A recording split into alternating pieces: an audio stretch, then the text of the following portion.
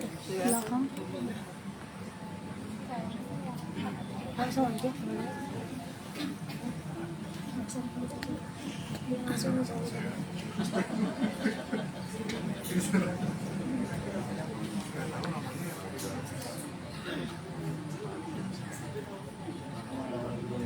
Bentar. Bismillahirrahmanirrahim. Yang terhormat Umi, Abi beserta seluruh segenap keluarga besar Yafa Al-Khairiyah. Yang terhormat Ustadz Haji Agus Sukmana MAD. Yang terhormat Ketua Yayasan Yafa Al-Khairiyah, yakni Muhammad Gani Raik. Yang terhormat staf asatid wal asatidah. Yang terhormat segenap tamu undangan Dan hadirin yang berbahagia. Bismillahirrahmanirrahim. Assalamualaikum warahmatullahi wabarakatuh.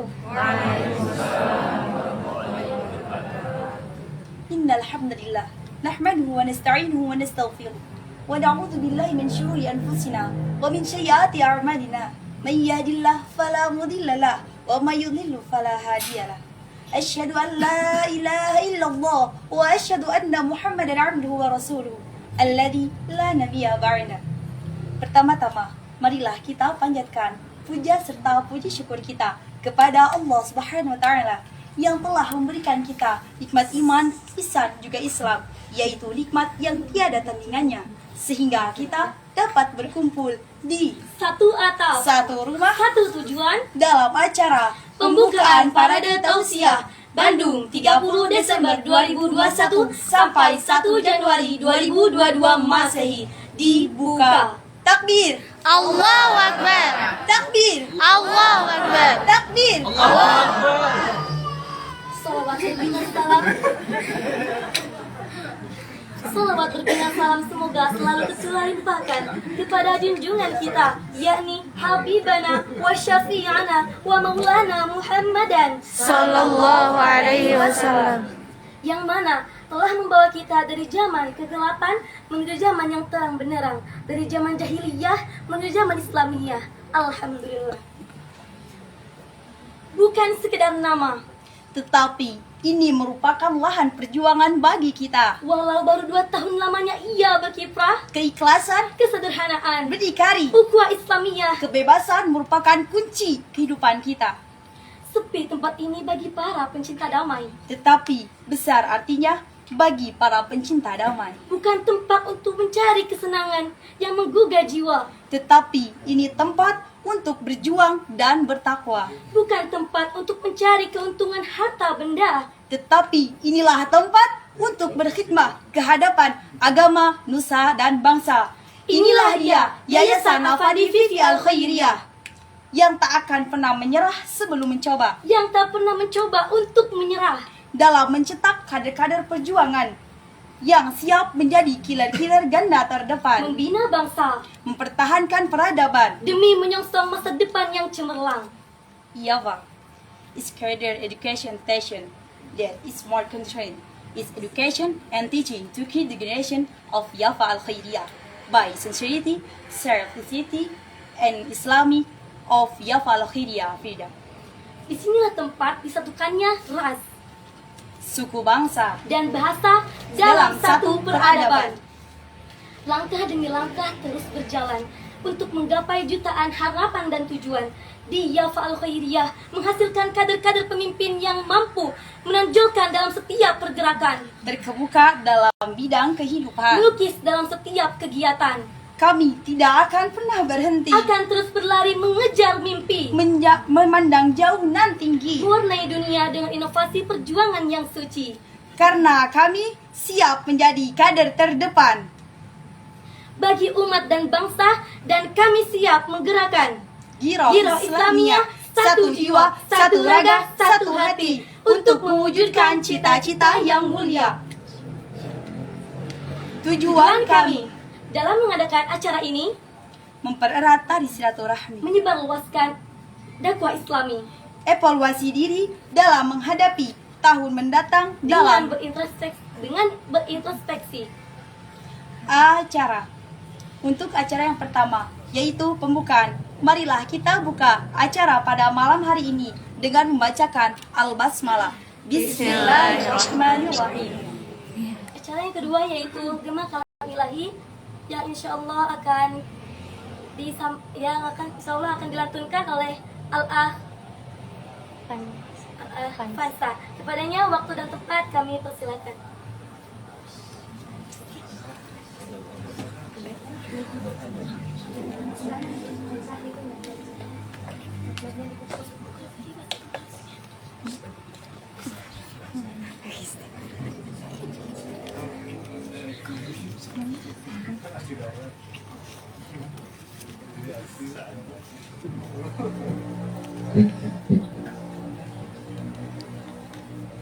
Assalamualaikum warahmatullahi wabarakatuh. Waalaikumsalam warahmatullahi wabarakatuh. A'udzu billahi minasy syaithanir rajim. ولقد أرسلنا موسى بآياتنا أن أخرج قومك من الظلمات إلى النور وذكرهم بأيام الله إن في ذلك لآيات لكل صبار شكور وإذ قال موسى لقومه اذكروا نعمة الله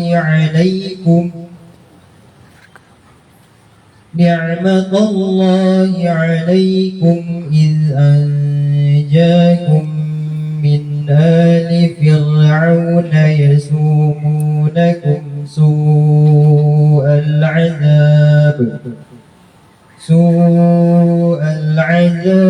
ويذبحون أبناءكم ويستحيون نساءكم وفي ذلكم بلاء من ربكم عظيم وإذ تأذن ربكم لئن شكرتم لأزيدنكم ولئن كفرتم إن عذابي لشديد صدق الله العظيم. إذ أخطأت فقوموني. Assalamualaikum warahmatullahi wabarakatuh.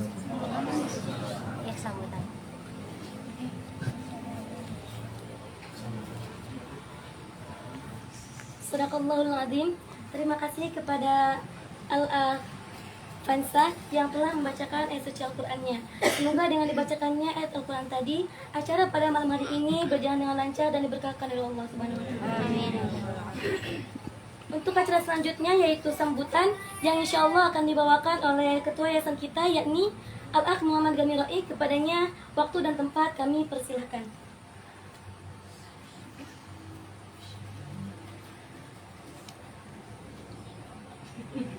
Itu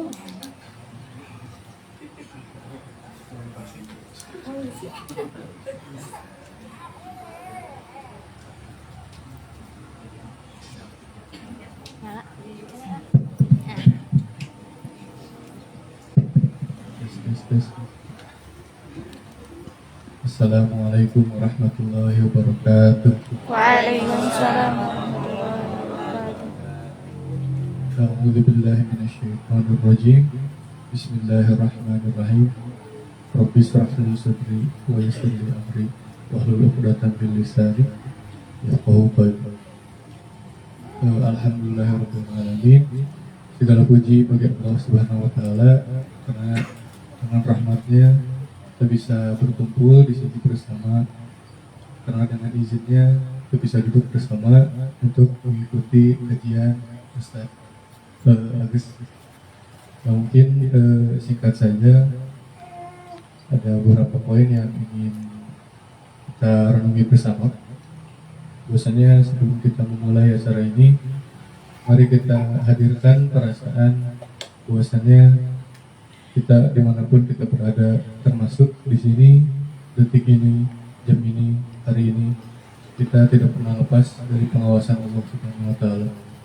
Kaidahnya mengatakan ketika mungkin ada sebuah analogi ya, sebuah ruangan diisi 20 murid untuk mengikuti ujian.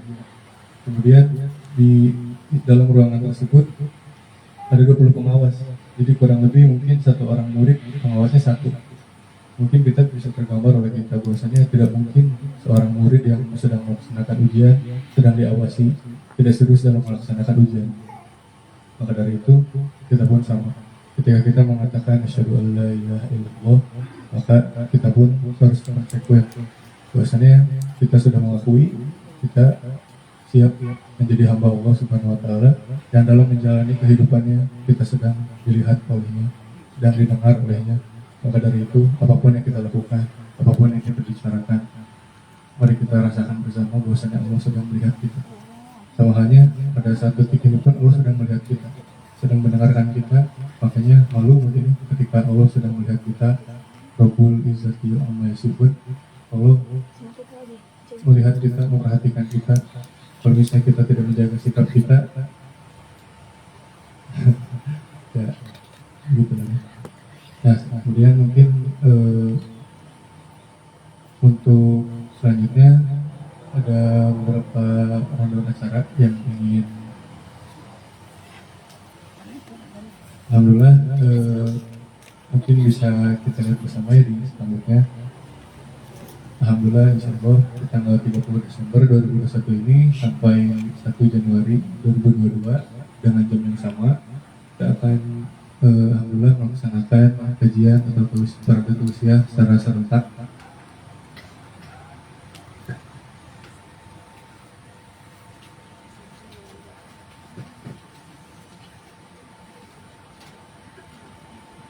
Nah, insya Allah di tanggal 30 ini akan diisi oleh Ustadz Agus,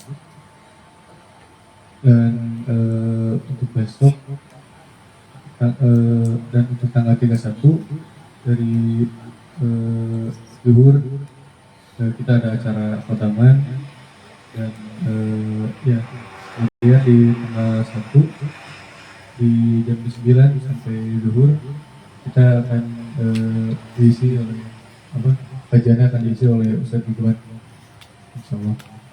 Nah, kemudian ini ada beberapa ustadz-ustadz yang akan mengisi kajiannya ya, sesuai yang ada di spanduk.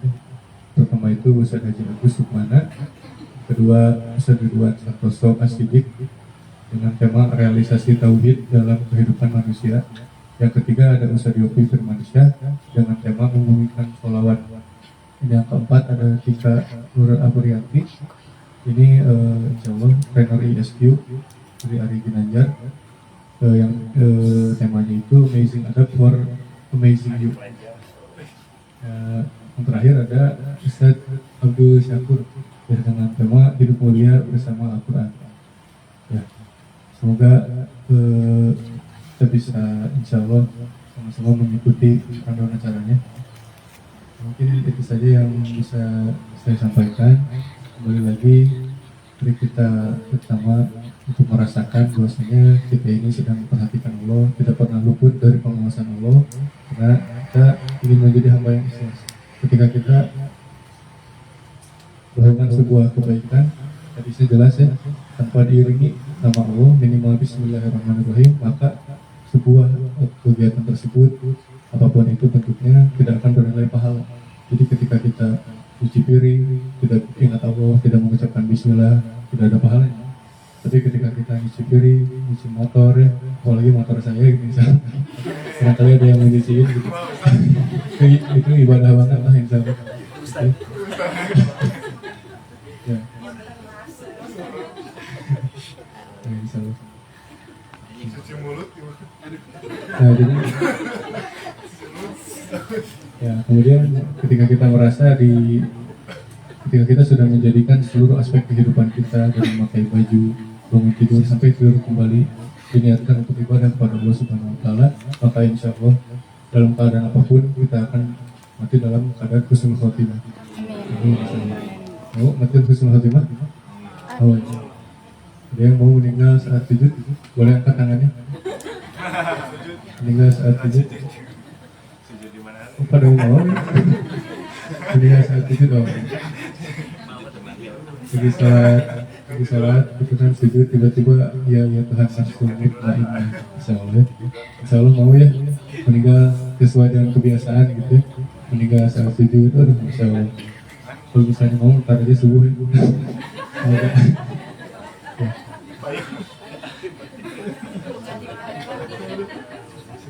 Ya, mungkin sudah begitu saja yang dari saya. Mohon maaf bila ada kesalahan, salah ucap atau apapun itu. Semoga Allah mengampuni dosa-dosa saya. Sekian dari saya. Assalamualaikum warahmatullahi wabarakatuh.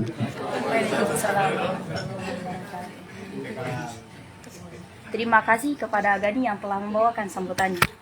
Untuk acara selanjutnya, acara inti, yaitu tausiah bersama Ustadz Haji Agus Sukmana MAG. Dengan segala hormat kepadanya kami persilakan.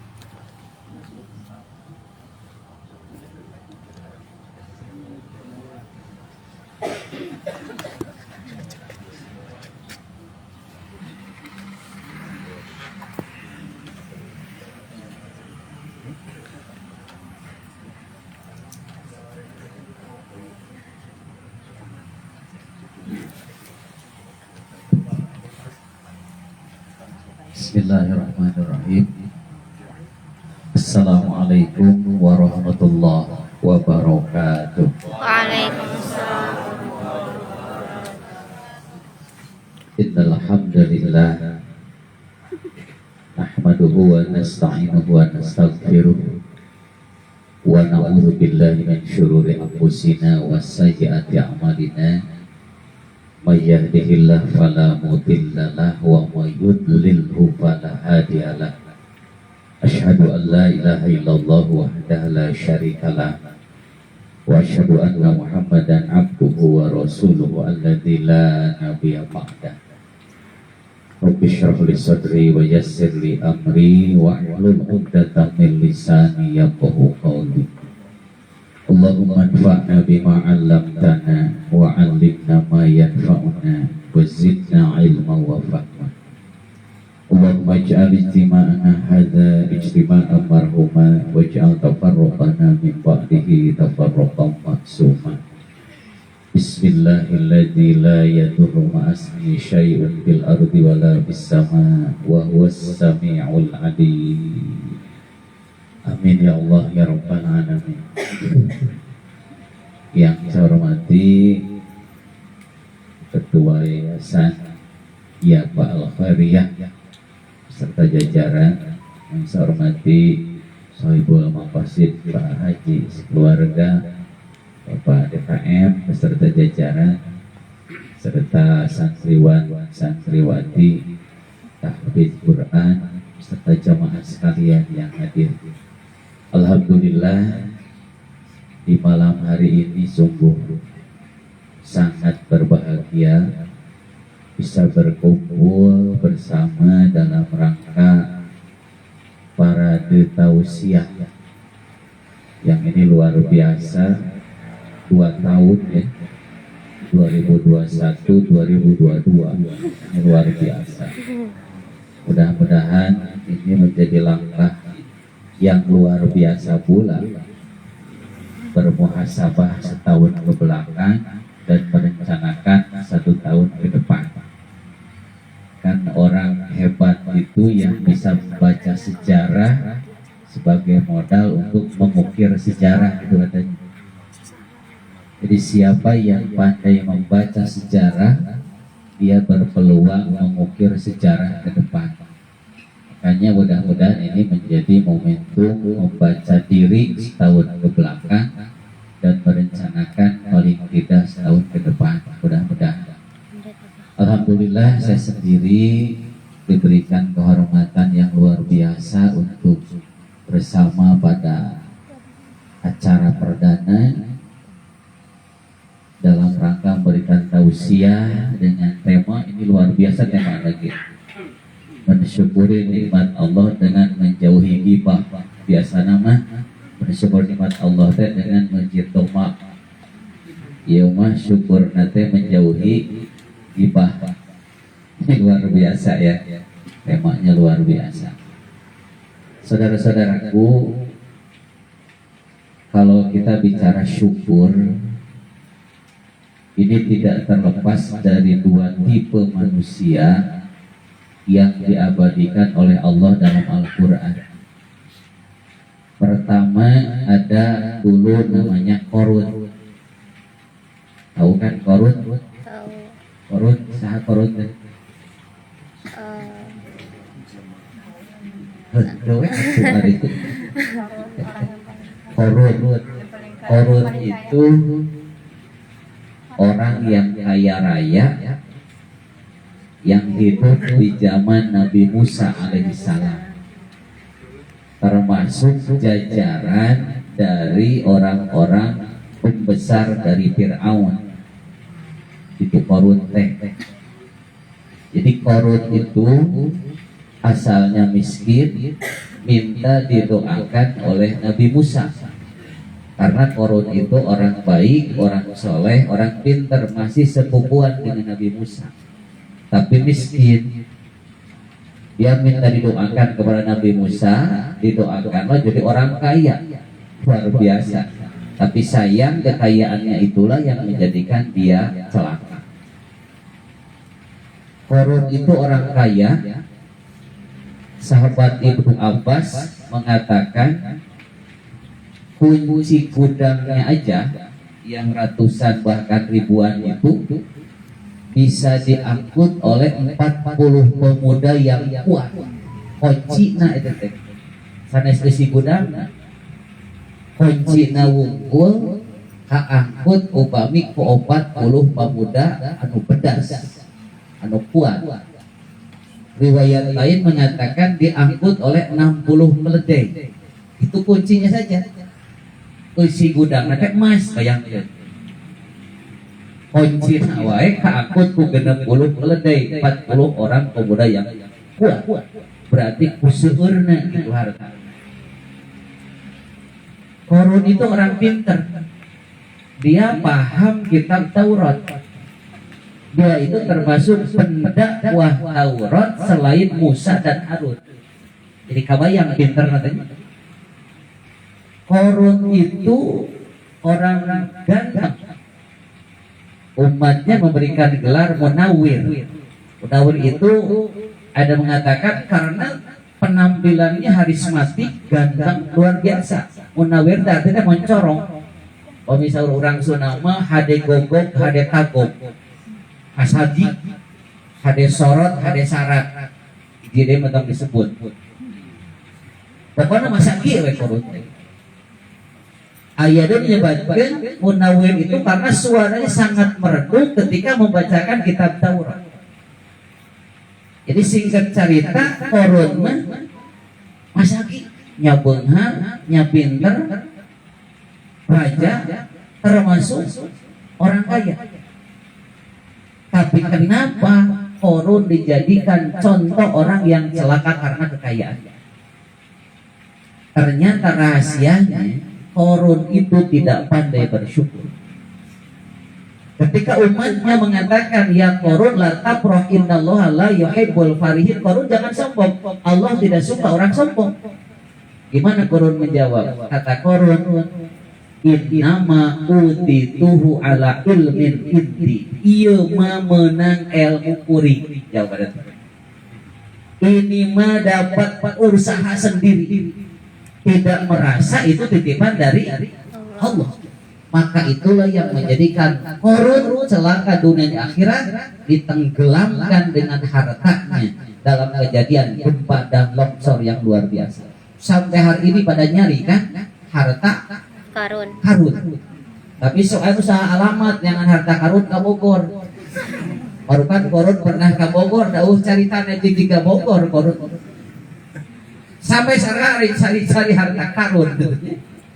Nah, ini tipe pertama, orang kaya, orang pintar, orang hebat, raja, tapi justru celaka karena kehebatan dan kekayaannya. Kenapa? Karena tidak pandai bersyukur. Ini berbanding terbalik dengan Nabiullah Sulaiman alaihissalam. Tahu kan Nabi Sulaiman namanya? Tahu kan? Nyesok namanya beres tahu kayak gitu. Kemarin kungul bingung, gitu piraku. Nabi Sulaiman orang kaya. Bayangkan Nabi Sulaiman ketika syukuran membangun Baitul Maqdis, konon katanya syukurannya itu menyembelih sapi 12.000, kambing 120.000. Cing bayangkan. Kata kita kayak gablek berarti 12.000 sapi, 120.000 kambing disembelih dibagikan. Itu dalam rangka syukuran pembangunan Baitul Maqdis. Allahu Akbar. Siapa Nabi Sulaiman? Nabi Sulaiman itu putra Nabi Daud. Tahu kan Nabi Daud? Tahu. Tahu. Siapa? Nabi. Nabi apa namanya? Nabi Daud itu mantu Raja Tolut. Tahu Tolut? Tahu. Deket baik husnudon lah. Kan gini cerita singkatnya gini. Nabi Musa meninggal, diteruskan oleh muridnya Yusha bin Nun. Kemudian Bani Israel tidak punya raja, minta didoakan kepada Allah, ya Allah berikan kami pimpinan. Maka diutuslah Tolut. Ada di Quran kan? Tolut. Bani Israel protes, ya Allah gimana bisa Tolut jadikan raja? Orang biasa Tolut itu, orang miskin, orang tidak punya. Kata Allah, Tolut cukup untuk jadi raja karena dia punya kekuatan dan punya kesehatan, punya keilmuan. Akhirnya mereka terima Tolut jadi raja. Musuh yang dihadapi Jalut. Tapi cekurang barat mah Goliat, cekurang mah Jalut dilawan ku Tolut. Singkat cerita terjadilah perang. Kalau dulu ada perang tanding, raja dengan raja atau satu orang lawan satu orang. Terjadilah perang tanding. Jalut yang maju. Semua tentara takut menghadapi Jalut. Dan Jalut raja jago. Wah pokoknya mah muncul bahasa Sunda mana orangnya. Moal aya lawan apa? Jawara lah. Jawara kahot gitu. Lain jawara jore-jore. Apa itu jore-jore? Tidak tahu kan tentang pikiran. Oba unak adik bahasa Sunda. Singkatnya Jalut itu tidak ada yang berani melawan, termasuk kamu. Ketika para tentara bingung untuk menghadapi Jalut, datanglah seorang pemuda membawa ketepel. Ketepel biar aku tak apa. Ketepel? Tahu.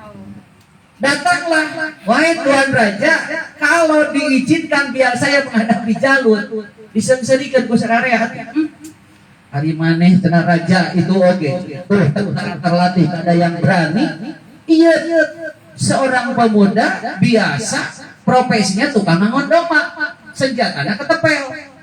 Rek ngalawanan Jalut, disenserikan ku sararea. Tapi kata pemuda itu, Tuan Raja kalau percaya biar saya untuk menghadapi. Melihat keyakinan itu kata Tolut silakan. Ternyata pemuda itu namanya Daud. Apa yang ini namanya? Tolut, Daud, Jalut. Hah? Tolut Raja Soleh, Jalut Raja Gelo. Dilawanan kuda Daud. Jadi Daud itu bukan tentara, profesinya tukang ngangon domba. Ketika dihadapi oleh Daud, kata sejarah cukup dengan membaca bismillah di ketepel kena tarang. Nah, sok lucunya kekawasaan Gusti mah. Lain di medil di ketepel. Trok. Berapa? Gajleng ditublas. Hos. Apa itu hos? Meninggal. Iya. Jadi ternyata Jalut matinya bukan oleh tentara tapi oleh Daud. Maka perang dinyatakan menang untuk Tolut. Karena dulu mah kalau perang tanding sudah menang dianggap menang sampai rajanya mati. Nah setelah itu diangkatlah Tolut menjadi mantu raja. Daud diangkat mantu oleh raja Tolut. Ketika Tolut meninggal, kerajaan diberikan ke Daud selama 40 tahun. Jadi Nabi Daud menjadi raja selama 40 tahun. Punya anak 19. Can EKB hari nama. Tahu nggak bayangin ayeuna. Punya anak 19, salah satunya adalah Sulaiman. Jadi Sulaiman itu putra Daud, cucu Raja Tolut. Nabi Sulaiman yuswa atau usia 17 tahun diangkat jadi raja. Karena Nabi Daud sudah meninggal. Menjadi raja selama 50 tahun. Berarti jumlah jamlah usia Nabi Sulaiman berapa tahun? 67 tahun. Kurang mah 17 tahun tos tiasa naon. PR. Nabi Sulaiman 17 tahun sudah jadi raja. Dan sejak kecil sudah kelihatan brilian pemikirannya sampai bisa menyelesaikan kasus persengketaan. Pernah satu ketika ada 2 ibu yang datang mengadu memperebutkan bayi. Ada satu bayi, seorang bayi diperebutkan keduaan. Kata yang seorang, ini anakku. Kata yang lain, ini juga anakku. Cek iya anakku, cek iya anakku. Maka Nabi SAW mengatakan, oh kalau begitu gini aja biar adil, kita potong aja bayi. Ternyata pas mau dipotong aja enak tuh hiji. Entong, pios masih kan dikasih ibu itu. Abi mah teu rela kana dipotong bayi. Cik Nabi Sulaiman, oh berarti ibunya teh nu ieu. Tidak mungkin seorang ibu rela anaknya dipotong. Berarti ibunya adalah ini. Itu kejeniusan Nabi Sulaiman menjebak anak ibu yang asli dengan cara itu. Inilah yang disebut dengan hikmah. Hikmah itu kejeniusan yang kadang-kadang datang tidak terkira, datang langsung dari Allah. Itulah salah satu contoh bagaimana hebatnya Nabi Sulaiman. Kasus kedua, pernah ada yang mengadu kepada Nabi Daud. Doma, apa doma? Apa? Doma.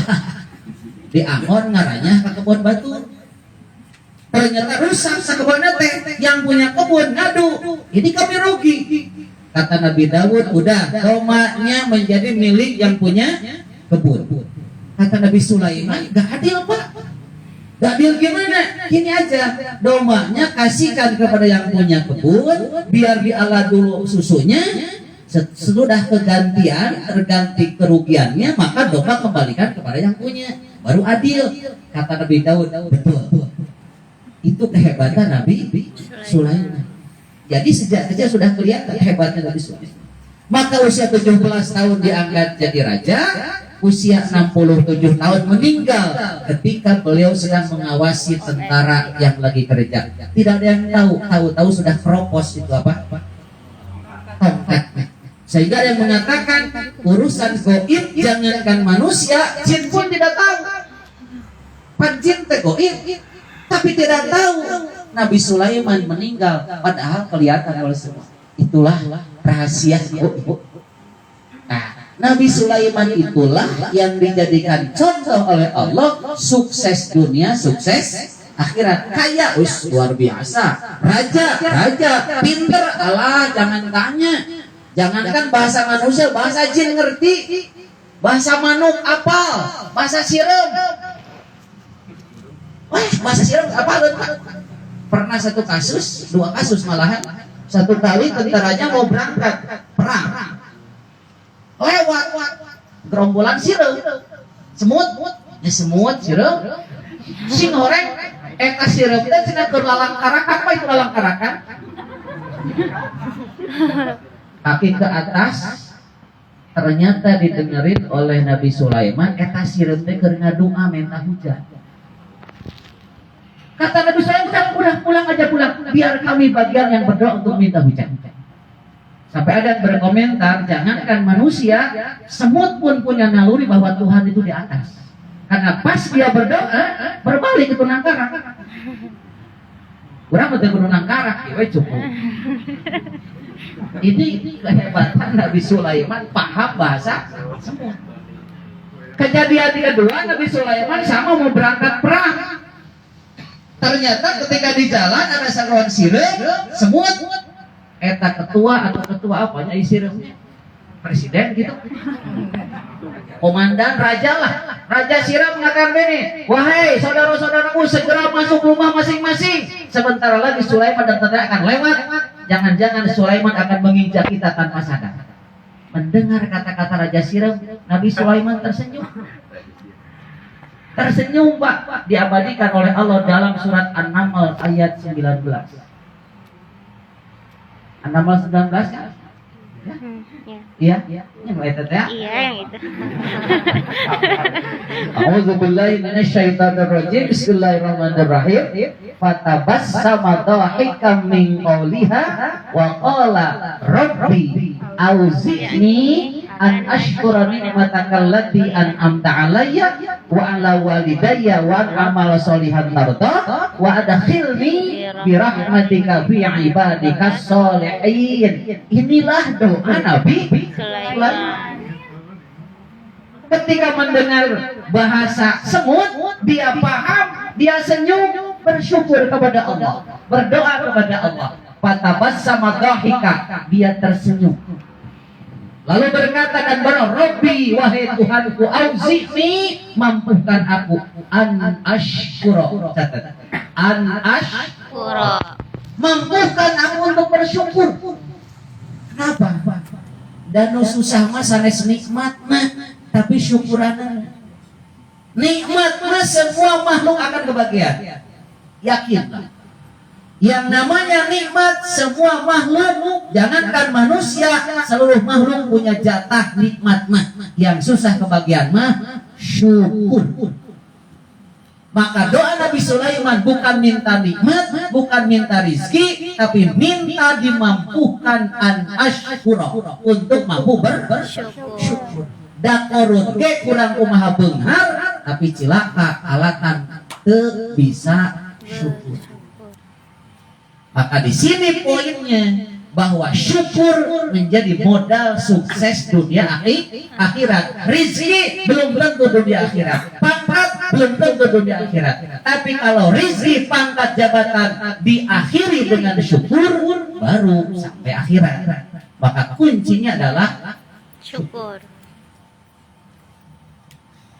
Dari nikmat malah Bapak Ibu jangan tanya nya. Karena saya mah ada jelema miskin, nyebutkan miskin, IPP karena remu kan? Betul? Abdi mah cenah jalmi alit, naon pada sabarah sapatu. Nyebutkan jalmi alit. Allahu Akbar. Yang namanya nikmat pasti kebahagiaan. Kamu akan hitung mobil, rumah dan sawah. Coba hitung aja dulu. Satu hari ada berapa jam? Masih 24 jam kan? 1 jam berapa menit? 60. 1 menit berapa detik? 3.600 Sama menit sama detik. Ada 60. Genep 10. Cing enak mangalikeun genep 10 kali genep 10 kali 24 sabaraha? Sakitu we lah siga nama. Sekitar 86.400. Cenah manusia ngarenghap bernapas itu 1 menit sekitar 20. Sapertiluna dina samenita, ayeuna sapertiluna tina 80 6.400 sabaraha. Sok meh teu nurutan. Sekitar 28.800 rata-rata urang ngarenghap selama 1 hari 1 malam. Pisah eta ti RT ti RW. Ya Allah. Pisah. Ya Allah. Bayar sabaraha ka Allah? Gratis. Allahu Akbar. Jangan dulu ngitung macam-macam, ngarenghap heula. Dari Allah gratis, teu mayar, lalu wasa, lalu gina, leres. Semua program bisa jalan, semua target bisa tercapai. Kenapa? Ngarenghap lancar. Kamari usum maut, kamari naon gara-garana? Masa usum maut kamari? Hese ngarenghap. Asli tah. Ngarenghap hese oksigen di langit. lain karena eta si malaikat Israil ngamaotkeun mah ngan syariatna kamari kasusna naon teu lancar ngareng terserah rek karena corona rek karena apa nu jelas ngarenghap teu lancar oksigen kurang. Saya punya teman kena COVID Pak di rumah isolasi ngedrop bawa ke rumah sakit. Di rumah sakit di jalan ka itu teh pinuh mah eta ku mobil rek asup sahalangan ku mobil kapasa kudu kumaha jalan kaki dalam kondisi ngareng-hapkeun dengan cepet teuing sampai di IGD butuh ventilator tersedia urutan ke-7 ngarenghap cepet teuing ventilator urutan ke-7 kaburu datang malaikat. Subhanallah. Itu salah satu gambaran kondisi kemarin kan? Jadi Allah mah sangat mudah menggoncangkan dunia ngagempurkeun jelema ngarenghap lagi digancangkeun. Oksigen dikurangan. Jelema mah digempurkeun. Kadang-kadang ada yang mati karena gempur kan? Dan ku penyakit-penyakit teh ku soak. Di imah teu naon dibawa ke rumah sakit. Stres. Si horeng maot teh lain ku stres ku malaikat maot mah. Maot ku stres. Allahu akbar. Maka kalau kita bicara nikmat ibu bapak jangan jauh-jauh sama tapakuran heula urang. Bernapas satu hari 28.800 tanpa bayar gratis dari Allah. Lalu kita balikan berapa kali kita memuji Allah yang memberikan napas lancar itu. Sabara persen anu keluar alhamdulillah. Berapa persen yang keluar subhanallah. La ilaha illallah. Dari 28.800 kali kita bernapas. Tong wakah yang hitung nikmat nu sejen eta we heula ngarenghap. Malu kita mengatakan akan mencari surga, membeli surga dengan amal. Tong wakah ngundang surga gantian heula ka ngarenghap. Beres. Maka kalau kita katakan syukur dari apa? Allah jauh. Ngarenghap pula syukuran kita. Subhanallah. Maka intinya adalah tidak ada alasan kita untuk bersyukur kepada Allah. Kan tenan upami ku urang dipilari di nikmat nu sanes mah. Osok nunutan? Osok nunutan? Nikmat sanes. Nikmat. Ush, Masya Allah kita nunutan. Itu nikmat besar Pak. Hiji gratis. Sok mayar nunutan. Dua sehat. Sok. Sehat nunutan mah. Naik angkot 2 jam nunutan 10 menit seger. Yang ketiga nunutan mah kewaspadaan tetap terjaga. Betul. Sama berat-berat pulpen ujung goreng hati. Kewaspadaan tetap terjaga. Maka dalam proses perang Badar, pernah baca perang Badar? Itu Allah mengutus 2 tentara, 1 tentara hujan, 2 tentara nunutan. Asli itu. Asli. Jadi kondisinya ketika perang Badar itu, siapa yang menguasai lembah Badar, sumber mata air itulah yang menang. Maka Allah mengutus hujan yang tercurah ke jalan yang akan dilewati oleh Rasulullah dan sahabat. Ketika hujan turun, kesikan ngempet padat, maka lari untanya semakin cepat. Sedangkan musuh tidak ada hujan, nyeploklah. Maka yang lebih dulu sampai ke lembah Badar adalah Rasulullah. Itulah kemenangan settingan Allah. Yang kedua, perjalanan sangat melelahkan. Ribu sadayana Pak, termasuk Rasulullah. Maka Allah memberikan tentara nunutan. Ngalengut, apa itu ngalengut? Subhanallah. Sampai Rasulullah tidak tidur. Nah tidur mah bahaya. Tapi dengan ngantuk, kununutan menjadi segar, tapi kewaspadaan tetap terjaga. Allah Pak. Siga sapele, tapi ini menentukan kemenangan perang Badar. Makanya nunutan itu adalah nikmat. Anu katilu punten dina pengajian nunutan tetap absen ke absen. Asli tah. Tetakan abdi mah upaya nunutan tara digeuruwahkeun antep beda ketemu balik masa dar sorangan. Subhanallah. Itu yang namanya nikmat. Susah diundang, lamun terus datang susah ditolak. Betul. Itu jangan dikira termasuk nikmat. Lupa, nikmat bukan? Nikmat. Poho. Allahu Akbar. Lamun urang teu dibere poho, aduh kitu tah. Mumet. Sakabeh eta teh naon pail-pail sampah teh nyocok di dieu. Bejat ngaheng. Komputer kan gitu. Komputer teh mengikuti pola otak kita. Ketika banyak pail sampah ngaheng ka komputer. Urang oke lamun loba sampah-sampah pail dina otak memori urang ngeheng. Apa itu ngeheng? Loading.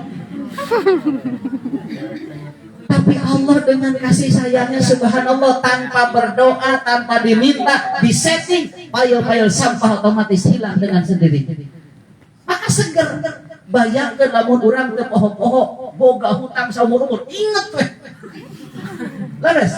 Aya nu ngahina saumur-umur, inget. Wah, moal nyaman hirup. Tapi dengan lupa Allahu Akbar, itu kenikmatan yang luar biasa. Termasuk kaum ibu-ibu, kenapa punya anak kedua dan ketiga? Itu karena poho. Asli. Kalau mun teu poho moal laekeun boga budak nu kadua nu katilu. Tapi kulantaran poho, jol deui jol. Allahu Akbar. Jangan dikira remeh itu teh. Settingan Allah. Coba diatur ku RW bisa buat. Bu, tahu dia kudu hamil. Cek RW teh. RW mau ngatur segala, tapi ku Allah. Ketika melahirkan, kamu dus mau sekali-kali deui. Ini selang 2 tahun alhamdulillah. Lamun diatur ku RW mau naik. Tapi ku Allah di setting lupa rasa sakit yang 2,5 tahun kemarin. Subhanallah. Makanya lupa adalah nikmat. Ulah sampai pohoan. Jeung mau pohokeun maneh. Makanya gimana supaya tidak lupa? Ada teorinya, tikrar, murojaah, betul. Bisa ingat terus, lamun diulang, ulang tikrar, murojaah terus. Cing punten, ibu sok hilap kulhu, sok hilap tara ada ungal sholat dibaca. Repoh. Acara oke sok hilap. Ada ungal dinten penang. Nah itu teori sederhana supaya kita selalu ingat, diulang. Itulah teori tikrar, murojaah. Kenapa sampai hafal Quran? Karena terus kan, tidak pernah terus diulang. Maka nanti pail-pail sampah akan hilang, yang melekat adalah yang terus diulang-ulang. Itulah teori. Makanya lupa itu rezeki, nikmat. Supaya tidak lupa, terus diulang, diingat. Maka singkat cerita lupa pun itu merupakan nikmat. Sok sanutara poho. Berarti semua orang dapat nikmat. Singkat cerita, semua orang, semua makhluk kebagian nikmat. Yang sulit kebagian adalah syukur. Mangga kurang rawas. Semua orang dapat rezeki, tapi tidak sedikit orang yang malah jadi sombong dengan rezeki. Maka ini yang diberikan contoh oleh Nabi Sulaiman. Beliau mengatakan, hada min fadli rabbi liyabluwani aashkur akur. Ini karunia dari Tuhanku untuk mengujiku apakah bersyukur atau tidak. Kalau orang mengatakan innama utitu ala ilmin inti, ieu mah meunang ilmu kuring. Nabi Sulaiman ini karunia dari Tuhan, titipan, berbanding terbalik. Makanya orang tidak mau bersyukur karena merasa segalanya dapat dia. Nabi Sulaiman bersyukur karena merasa ini titipan Allah. Maka asas kita bisa bersyukur adalah cek bahasa nama kudu boga rasa rumasa ingat karena purwa daksi. Selihat tuh baru dak banget.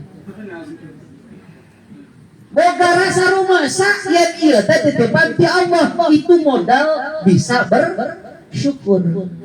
Maka para ulama mengatakan, Imam As-Sadi mengatakan, syukur adalah dibangun yang pertama adalah oleh hati. Akui semua nikmat itu dari Allah. So, sadayana ge ti Gusti Allah.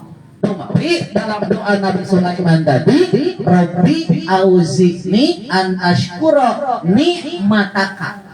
Punten. Nikmataka, nikmat dinisbatkan kepada Engkau Allah, karena tidak ada nikmat yang berasal dari selain Allah.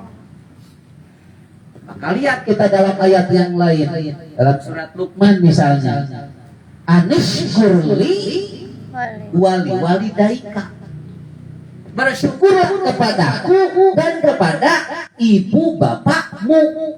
Kenapa? Allah yang memberikan nikmat keberadaan kita, ibu bapak yang menjadi wasilah kita ada. Betul kan?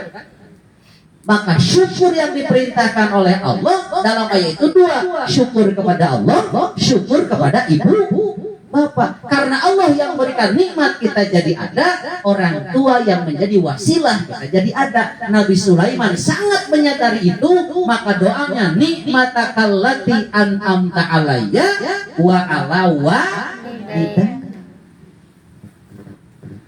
Maka kalau kita mau bersyukur, ingat yang dua. Satu, bersyukur kepada Allah. Yang kedua, berterima kasih, bersyukur kepada orang tua.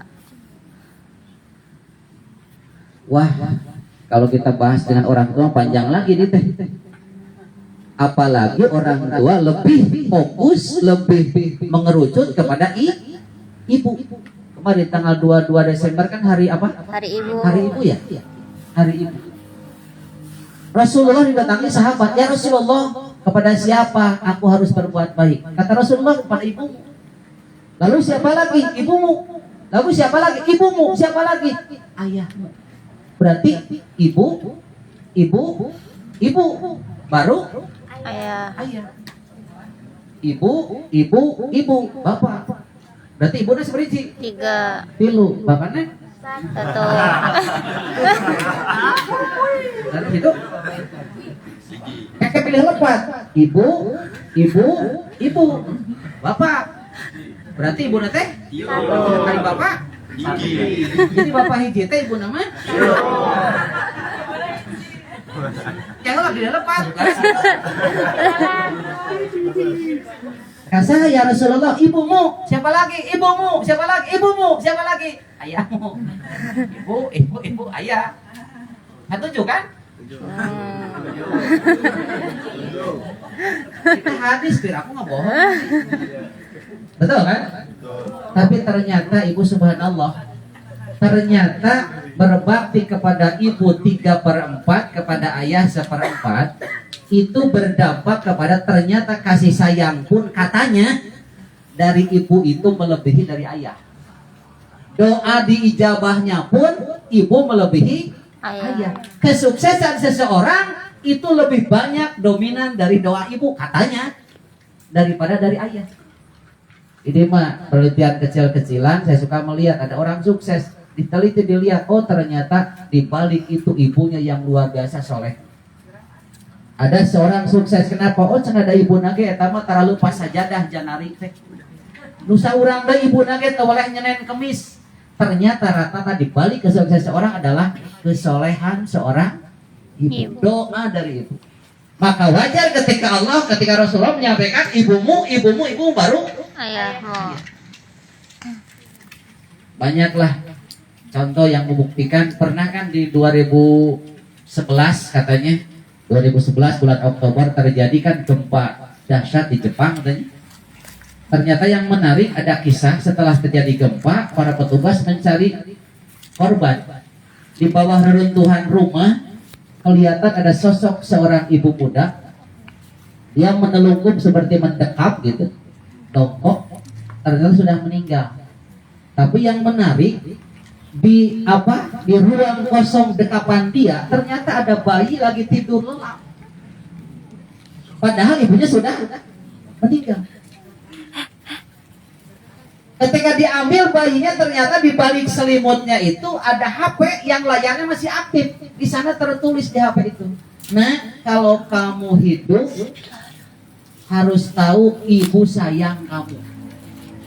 Jadi kabayang pangitan nalika reruntuhan di teh nahan supaya ulah murah ka bayi. dia sendiri meninggal, bayinya selamat. Itu pengorbanan seorang ibu. Makanya kalau kita mau bersyukur, inilah caranya. Setelah bersyukur kepada Allah, kepada orang tua, terutama ibu. Kenapa? Karena disebutkan di sana hamalat ummuhu kurha wa wada'athu kurha. Mengandung dengan payah, melahirkan dengan payah. Terus kata ibu gitu. Mengandung payah, melahirkan payah. Wa hamluhu wa fisaluhu salasuna syahra. Mulai dari mengandung sampai menyapih 30 bulan. 30 bulan, bayangkan. 30 bulan itu berarti 2 tahun setengah ya? 2 tahun setengah. Dalam ayat lain dikatakan menyapih itu kalau ingin sempurna 2 tahun. Sehingga pernah ada kejadian di zaman Utsman bin Affan, ada yang nikah baru 6 bulan udah punya anak. Dilaporkan, dituduh bahwa ini zina karena 6 bulan menikah sudah punya anak. Pas mau dieksekusi, Sayyidina Ali yang keberatan. Maaf, dalam Al-Quran itu disebutkan satu ayat mengatakan bahwa wa hamluhu wa fisaluhu salasuna syahra. Dari mulai mengandung sampai nyapih itu 30 bulan. Tapi di ayat lain, seandainya ibu mau menyusui secara sempurna, maka haula ini kamila ini 2 tahun. Kalau 2 tahun itu 24 bulan, 30 ambil 24 sisa 6. Berarti 6 dianggap hamil normal menurut hukum Islam. Sehingga sahabat Ibu Abbas berpendapat kalau bayi dikandungnya 9 bulan, maka disusui 21 bulan supaya pas 30 bulan. Yang disusui 2 tahun itu ketika dikandung selama 6 bulan. Itu pendapat sahabat Ibnu Abbas. Karena 2 ayat yang mengatakan, yang pertama 2 tahun, yang kedua 30 bulan dari mulai dikandung sampai disapih. Tapi intinya ini menunjukkan bagaimana pengorbanan seorang ibu. Maka wajar ketika Rasulullah memberikan prioritas kepada ibu. Dan orang sukses pun rata-rata karena pengabdian kepada ibu. Pernah mendengar yang namanya Uwais Al-Qarni? Pernah. Al-Qamah? Pernah. Jurais? 3 tokoh dalam kisah itu adalah berkaitan dengan ibu. Rasulullah berpesan kepada Abu Bakar As-Siddiq dan Ali karramallahu wajhah, tolong cari nanti seseorang sebagai penghuni langit, minta doanya kepada orang itu. Ternyata yang dimaksud oleh Rasul adalah Uwais Al-Qarni. Orang mana? Orang Yaman. Dikategorikan tabi'in karena sejaman dengan sahabat tapi tidak sempat bertemu dengan Rasulullah. Hidup di Yaman, yatim, miskin, punya penyakit sopak. Sopak ke orang mana? Corop. Bayangkan miskin, yatim, sakit. Punya ibu sudah tua, lumpuh. Tapi berbaktinya yang namanya Uwais Al-Qarni, subhanallah, susah bandingannya. Apapun yang diminta oleh ibunya selalu dia lakukan selama mampu. Cuma satu permintaan ibunya yang belum pernah bisa terpenuhi. Apa? Uwais, ibu pengen seperti orang lain naik haji ke Mekah. Ini cita-cita ibu. Dia katakan kepada Uwais Al-Qarni, bingung harus gimana caranya. Ternyata muncul ide Uwais. Dia beli anak sapi, anak lembu, sapi anaknya. Dia bikin kandangnya di atas gunung. Tiap pagi, tiap sore, anak sapi itu digendong. Naik gunung Kerbun digendong anak sapi itu. Diseng-serikan gue datang ke sini, gawe pisan sana. Nangis anak sapi wal kue. Ternyata subhanallah, yang ia lakukan itu punya cita-cita mulia. Tiap pagi sore digendong, semakin hari semakin bertambah berat anak sapi, semakin besar anak sapi, semakin besar tenaga dia, semakin kuat otot-ototnya. Terus bertambah berat anak sapi, bertambah pula kekuatan dirinya. Sampai kata kisah itu dikatakan 8 bulan dia urus itu sapi tiap hari seperti itu. Setelah 8 bulan, sapi lebih dari 1 kintal, tenaga dia semakin kuat. Ternyata apa yang dia lakukan setelah itu? Dia gendong ibunya dari Yaman berjalan kaki ke Mekah untuk naik haji. Sigana mun zaman ayeuna namanya deker meda loba mobil gitu ayeuna. Tapi inilah gambaran bagaimana Uwais Al-Qarni yang sampai Rasul amanat cari orang itu mintakan doanya. Padahal Abu Bakar yang disuruh. Orang yang dijamin ke surga, Ali mantunya dijamin ke surga. Tapi disuruh cari orang itu, dikatakan penghuni langit. Allah. Sampai dia ke Mekah bertemu dengan Abu Bakar dan Ali, beliau katakan, tolong jangan dikasih tahu orang lain bahwa Rasul pernah amanat mencariku. Gak mau populer. Ayo kurang makannya sedik-sedik selfie, sedik-sedik viral. Ya ma'alim, jangan ada yang orang tahu. Dan itu terang bahwa dia yang dicari oleh Abu Bakar atas amanat Rasulullah SAW. Maka dia melaksanakan haji tawaf. Dalam tawaf ibunya berdoa begini, Bu. Ya Allah, ampuni aku, ampuni anakku. Tapi Uwais berdoanya begini, ya Allah, ampuni ibuku ya Allah. Ampuni ibuku ya Allah. Ampuni ibuku. Ibunya bertanya, Uwais kenapa? Kau doakan ibu tapi tidak doakan dirimu. Kata Uwais, ibu biar asal ibu diampuni dosa, ibu masuk surga, cukup ridomu yang menuntunku ke surga nanti. Allah ngadua kanggo ibuna asal ibuna ridho, yakin bakal bagja. Ini Uwais Al-Qarni. Setelah haji dia pulang, kisah berakhir dengan wafatnya Uwais Al-Qarni. Orang Yaman tidak tahu siapa Uwais Al-Qarni. Yang menjadi geger ketika Uwais meninggal, subhanallah, ratusan bahkan ribuan orang asing yang datang takziah. Orang Yaman bingung, ini siapa Uwais sebenarnya? Begitu banyak orang ya asing yang tidak kenal bertakziah. Dan ketika dia mau dimandikan, sudah siap ratusan orang yang memandikannya tak dikenal. Ketika mau dikafani, disolati, semuanya udah siap sampai dimakamkan. Ternyata inilah kata Rasulullah bahwa Uwais adalah penghuni langit. Bisa saja Allah mengutus para malaikat untuk menjemput dan mengurus jasad Uwais Al-Qarni. Apa rahasianya? Berbakti kepada. Halo, araya kene itu. Ya sekarang dengan kia. Masya Allah. Berbahagialah orang yang masih punya ibu. Di sanalah pintu sorga, di sanalah ridho Allah.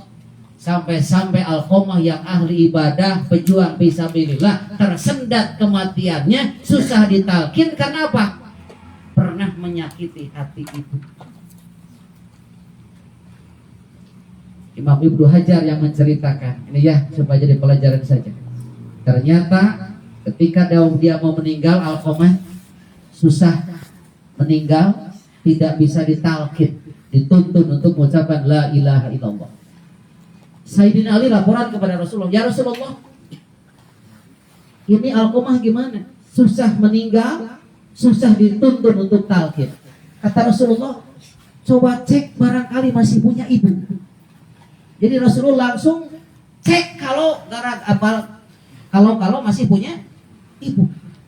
Ternyata ditelusuri oleh Sayyidina Ali, benar di kampung di Pasisian ada gubuk derita yang penghuninya seorang nenek-nenek.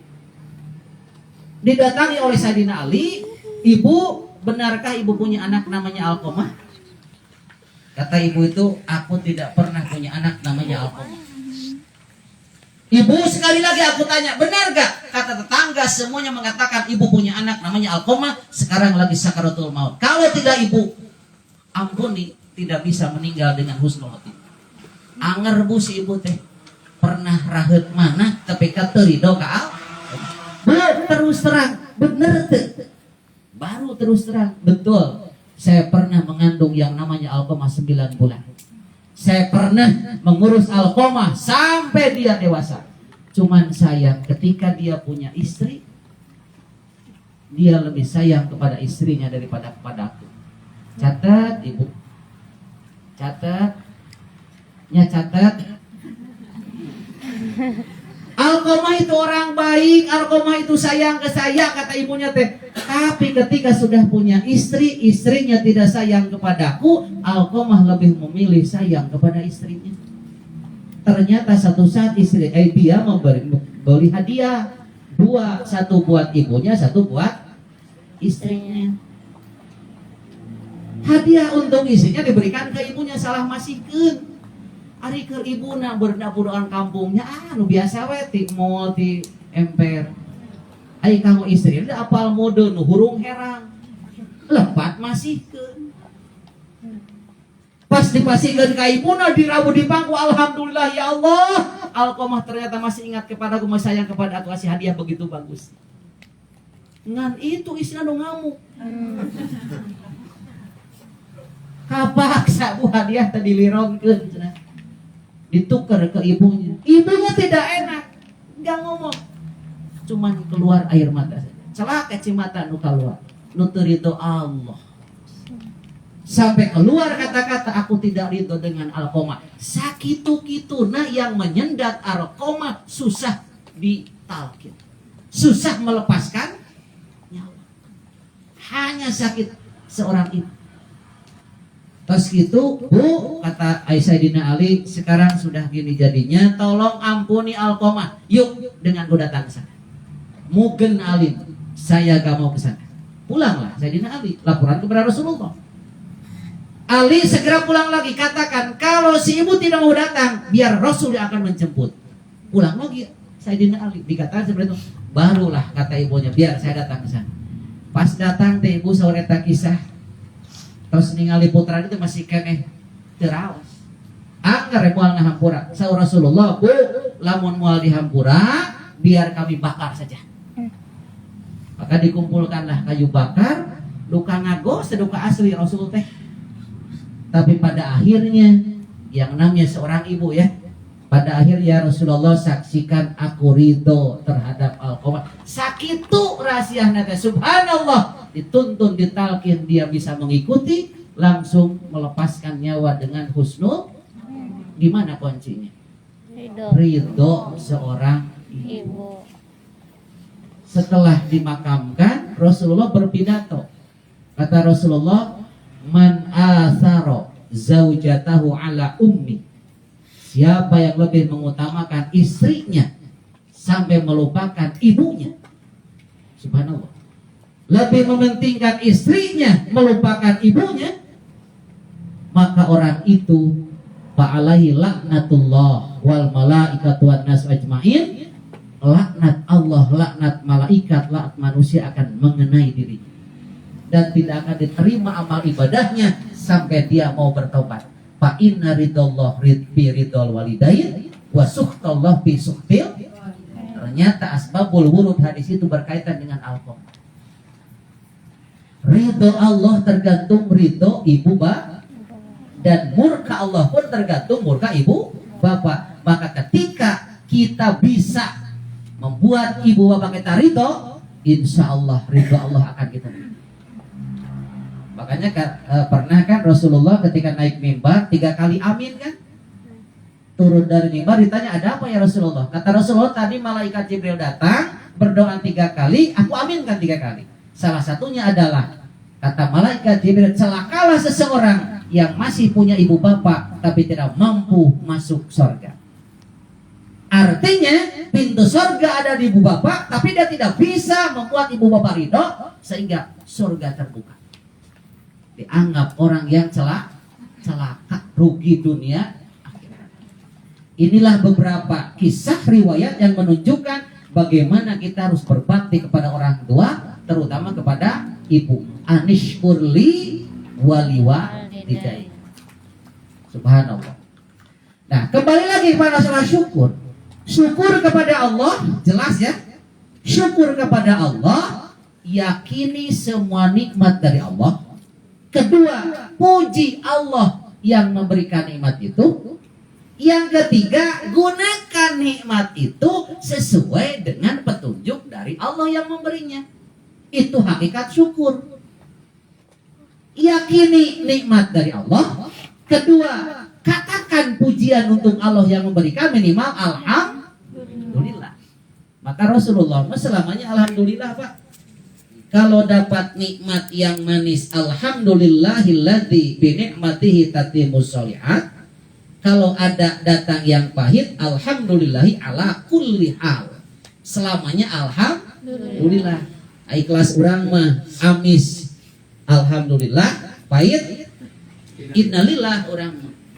Rasul mah selamanya alhamdulillah. Sayyidina Ali ketika sakit, beliau mengatakan begini, ya Allah, apa aku ini harus bersyukur atau bersabar? Kenapa? Karena dengan sakit ini aku lebih dekat denganmu ya Allah. Jadi dengan sakit malah lebih dekat dengan Allah, maka aku ini harus bersabar atau bersyukur. Jadi pahit teh malah membuat lebih dekat dengan Allah, malah lebih bersyukur.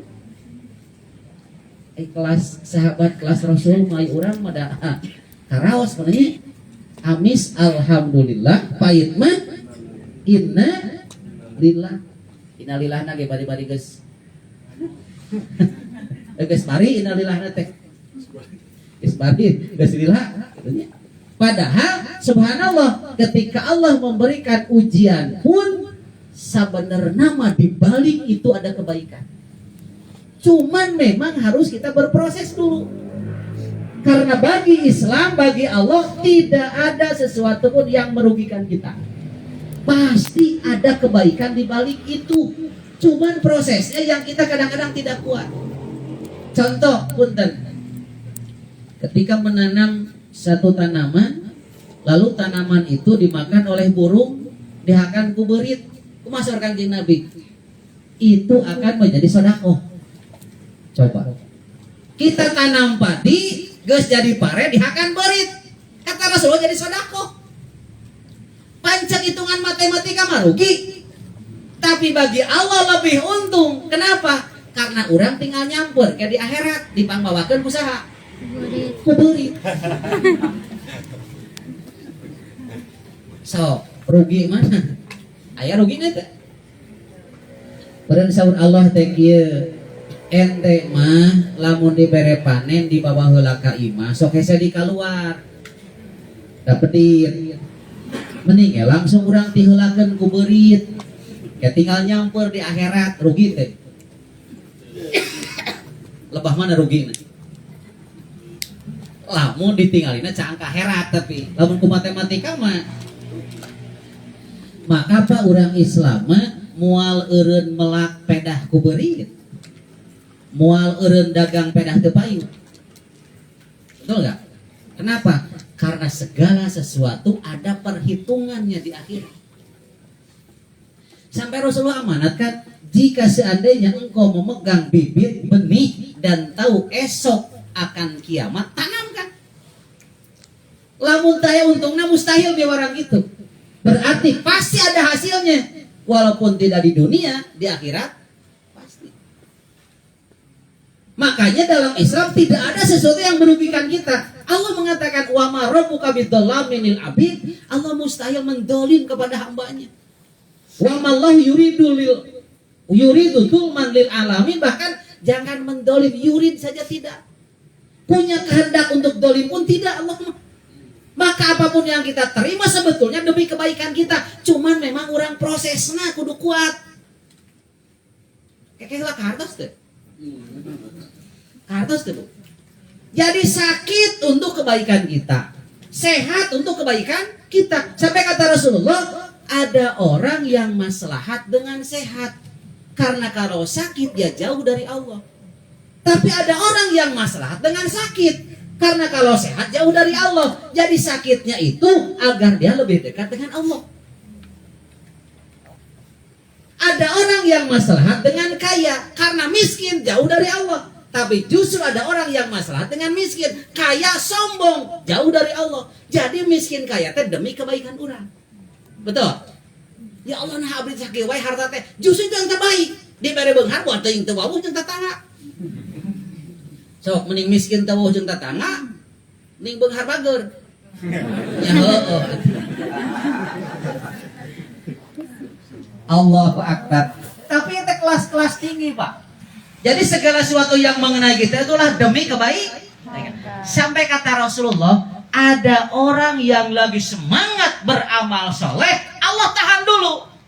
Diberikan kesibukan atau sakit sehingga tidak melaksanakan amal solehnya. Kenapa? Allah sayang menghalangi orang itu. Jangan-jangan nanti muncul ria, ujub, sombong karena terus-terusan amal soleh.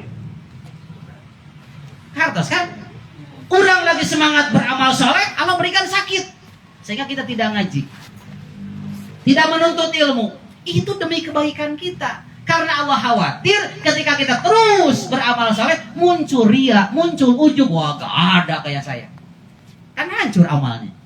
Maka sakit itulah yang menjadikan keselamatan buat dia. Singkat cerita, apapun yang kita terima itu yang terbaik. Kan memang orangnya harus siap berhusnuzon kepada Allah. Nah, apapun yang kita terima harus kita syukuri, karena itu yang terbaik. Termasuk segala macam yang kita miliki, yang kita terima, itulah yang harus kita syukuri. Bahkan Imam Al-Ghazali mengatakan, ketika kita bersyukur, satu, bangun dengan hati, keyakinan bahwa nikmat dari Allah. Yang kedua, lahirkan dengan lisan, puji Allah dengan pujian, sebutkan nikmat yang kita terima. Jadi orang nyebat ke nikmat teh syukur. Wa amma bi nikmati rabbika fahadis. Apapun nikmat yang diberikan oleh Tuhanmu, katakan, sebutkan.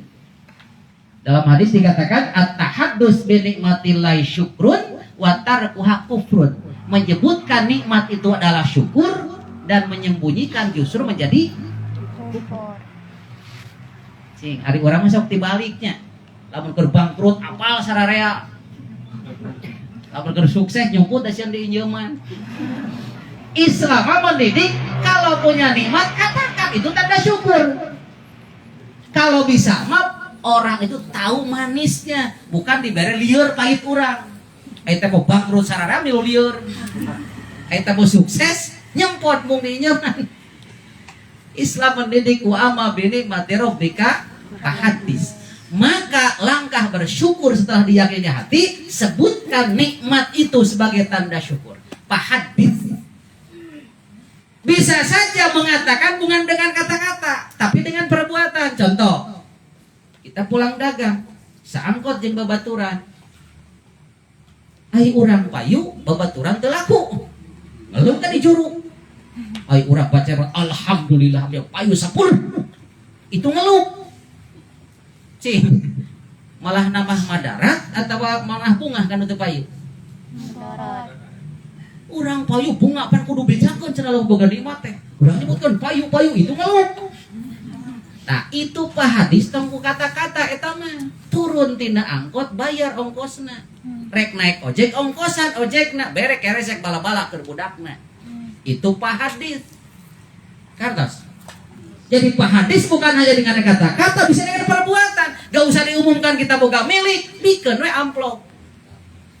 Atawa dus kosong atau misalnya itu juga Pak hadis Pak. Nah, setelah kita mengucapkan nikmat, memuji yang memberi nikmat, boleh buktikan dengan perbuatan. Awali dengan sujud syukur. Sujud syukur itu sujud tanda mensyukur nikmat Allah. Rasul mah kalau dapat nikmat itu sujud. Satu ketika Rasulullah sujud lama gitu. Setelah bangkit ditanya, ada apa ya Rasulullah? Barusan malaikat datang kepadaku. Malaikat Jibril mengatakan, man shalla alaika sholatan sallallahu alaihi asyrat. Siapa yang membaca sholawat kepadamu 1 kali, Allah mengucapkan sholawat kepadanya 10 kali. Aku sangat bahagia, maka aku bersujud syukur. Sujud syukur dan kebaikan itu Rasul mah. Ai urang menang duitnya, menang bati, heukeun teu naon. Hafalan tamat 1 juz, sujud syukur. Setelah sujud syukur, nah inti syukuran adalah manfaatkan nikmat itu sesuai dengan seharusnya. Kita diberi nikmat berupa rizki, maka manfaatkan sesuai dengan seharusnya. Pakai untuk kebutuhan kita, keluarkan untuk sedekah, keluarkan zakat, keluarkan infak, maka itu tanda syukur. Bisa dipahami kan? Kita diberi kopiah, Pak di pasien kopiah. Cek urang teh, alhamdulillah, hatur nuhun. tapi disimpan di handap, digalai ku sampean. Syukur sanes. Kajian alhamdulillah genep belas kali. Ketika kopiah kadang dia mastaka didampal ku sampean, lain syukuran. Maka inti syukur adalah kita harus paham kita diberi nikmat untuk apa? Diberi ilmu untuk apa? Amalkan, sampaikan kepada orang, itu syukur. Kalau kita diberi ilmu malah sombong, tidak diamalkan, bukan syukur, malah kufur. Betul. Termasuk anggota badan kita. Imam Al-Ghazali menyebutkan 7 anggota badan kita yang harus disyukuri. 1, anggota badan kita mata. Ini harus disyukuri. Allahu Akbar. Coba ibu bapaknya resapi nikmat Allah dari mata kita. Dengan mata yang 2 kita bisa membedakan segala macam kan? Allahu Akbar. Ini harus disyukuri. Apa tanda syukurnya kata Imam Ghazali? Pakai untuk melihat yang baik, yang halal, dan menahan diri untuk tidak melihat maksiat. Itu tanda syukur. Apa ya kan syukurannya? Jadi lain cuci mata kuno teu pararukuh syukurna teh. Tapi justru dipakai melihat yang baik, ayat-ayat Allah, kebaikan, dan menahan diri tidak melihat kemaksiatan, itu syukur. Dan nikmat mata itu luar biasa. Tapi memang Bapak Ibu kalau kita perhatikan dalam ayat, Allah itu menyebutkan indra itu 3. Ya, samun, absorun, kemudian jildun, julud. Wa ja'alakumus sam'a wal absor wal afidah, hati. Nah, di ayat lain mah kullama natijat juluduhum badalnahum juludan ghairaha, kulit. Ini kenikmatan yang luar biasa. Pertama, anak lahir yang berfungsi adalah samun, pendengaran. Makanya ada syariat adan dan qomat. Ada syariat dan qomat, ternyata menurut fakta ilmiah anak yang lahir yang pertama difungsikan adalah samun, pendengaran, bukan telinga. Dan telinga mah pas di rahim kata saya. Yang baru lahir berfungsi adalah samun, pendengaran. Yang kedua absor. Absor itu daya melihat. Alatnya adalah ainun, mata. Ainun matanya, kekuatannya adalah absor. Udunun alatnya, kekuatannya adalah samun. Ada orang yang punya udun tapi tidak punya samun. Ada yang punya ainun tapi tidak punya absor. Maka inilah nikmat yang disyukuri. Ketika punya ainun, gunakan absornya untuk melihat hal-hal yang halal, yang baik, tahan dari melihat yang jelek, maksiat, itu syukur. Yang ketiga, nah ini lidah. Lidah, nah ini bersyukuri nikmat Allah dengan menjauhi gibah. Gibah kunaon? Ku cepil. Gibah mah dengan lidah, dengan lisan. Maka mensyukuri nikmat Allah dengan menjauhi gibah, artinya syukuri lidah kita, lisan kita, mulut kita. Coba kita resapi ibu bapak, emutan ke orang. Kita punya tangan berapa? 2. Kaki berapa? 2. Telinga berapa? 2. Mata berapa? 2. Mulut? 1. Mulut 2 hiji. 1.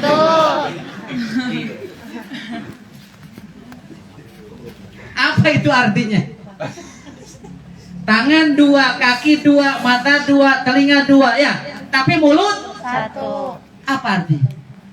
Artinya secara filosofi kita dididik banyaklah beraktivitas, banyak bergerak, banyak mendengar, banyak melihat, jangan banyak Ngomong.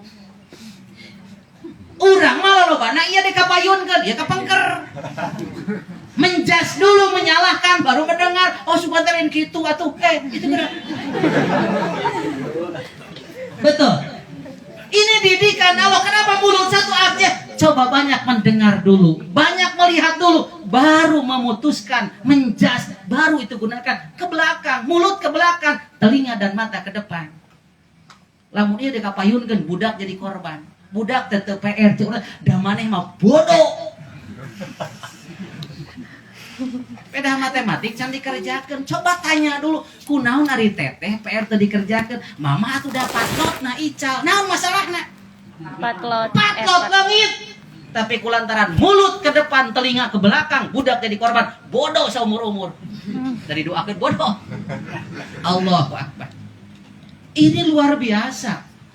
Makanya ketika Allah memberikan lisan, lidah itu, memberikan mulut, itu artinya syukuri dengan mengucapkan hal-hal yang baik, penuhi dengan zikir ke Allah, penuhi dengan membaca ayat-ayat Allah, hindari hal-hal yang negatif, salah satunya Gibah. gibah. Tahu kan gibah? Tahu. Gibah.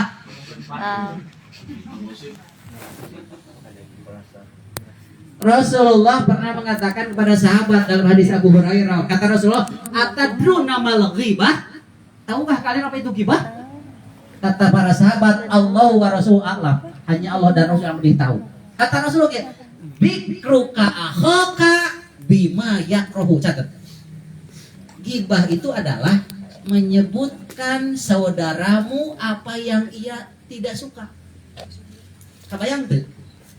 Ngomongkeun batur anu teu resepeun manehna teh. Halo. Si A ngomongkeun si B. Si B teh teu senang, teu geunah diomongkeun ku si A teh. Itu gibah. Cenah usada, ieu mah sesuai kenyataan ngomongkeun sa teh. Ya teh eta gibah teh. Sahabat bertanya, "Ya Rasulullah, bagaimana kalau yang aku katakan itu memang kenyataan ada pada dirinya?" Kata Rasul, "Itulah gibah." Lamun nyaritakeun teu sesuai kenyataan eta mah bohong ngaranna. Pan urang masuk itu banyak kenyataan ngomongkeun oge. Nyata gibah teh eta. Kabayang nih. Jadi gibah itu menyebutkan aib orang dan orang itu tidak senang kita sebutkan. Kumaha sesuai kenyataan? Nyata gibah teh kenyataanna. Lamun teu sesuai kenyataan urang berarti berbohong. Cek bahasa Sunda mah fitnah. Jadi leuheung na duanana oge. Bagaimana dosa gibah? Dalam Al-Qur'an dikatakan seperti memakan daging bangke saudara.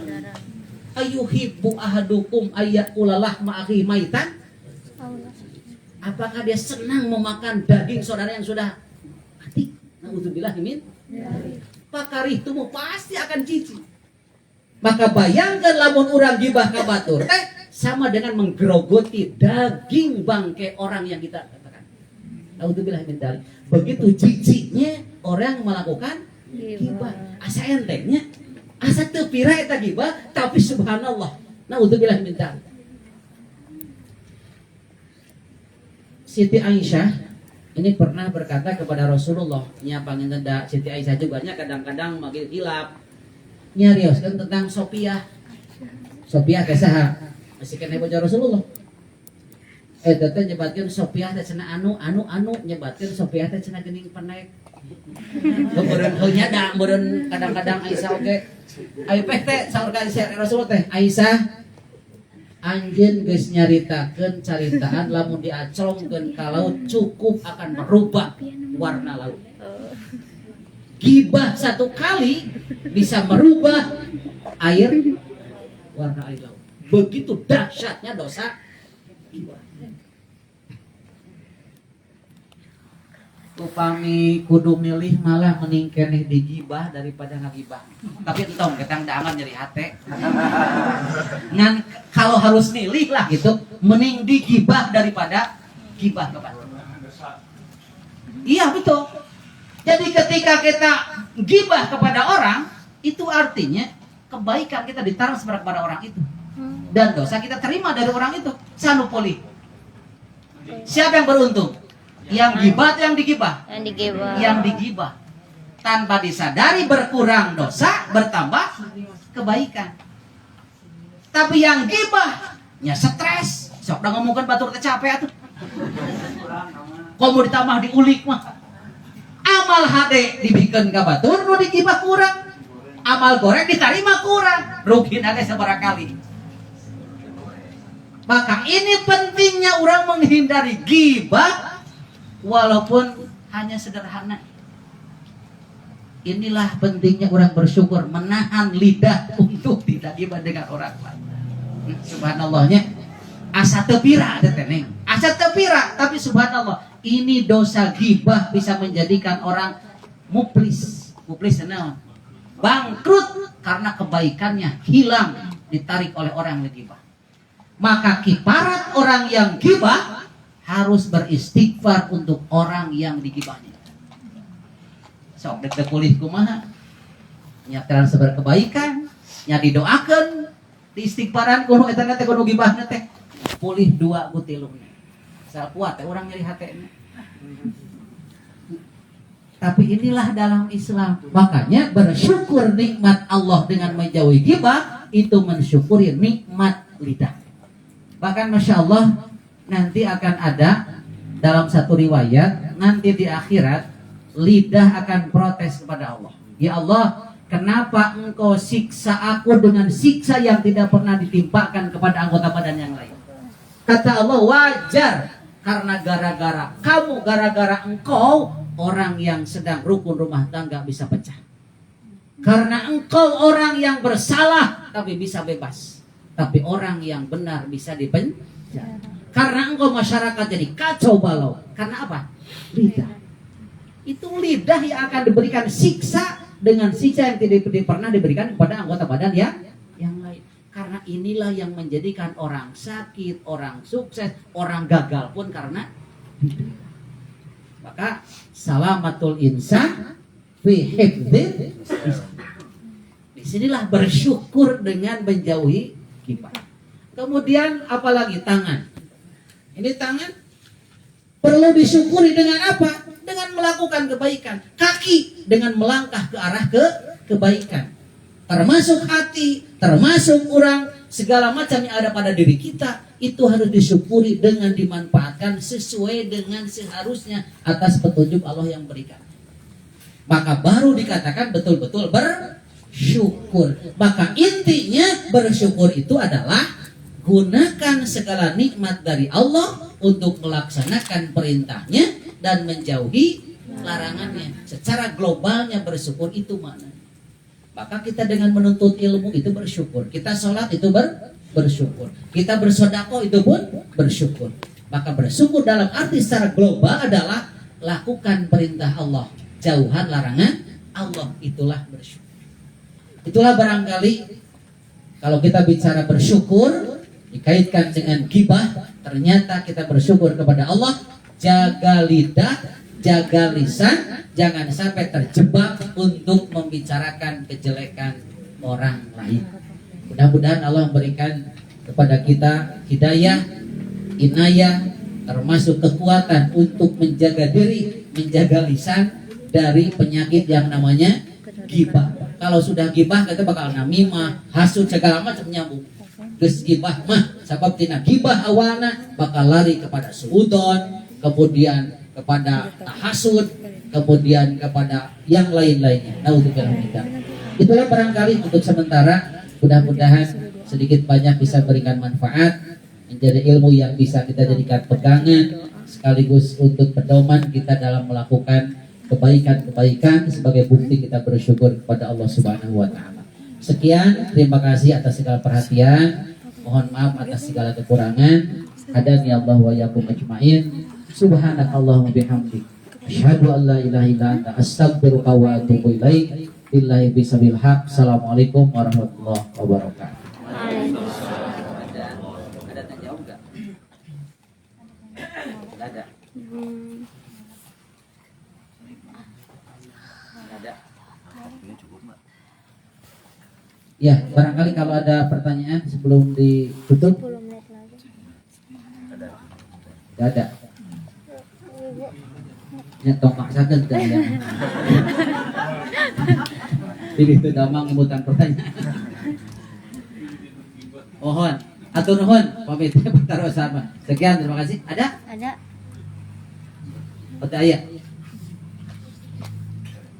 Ada?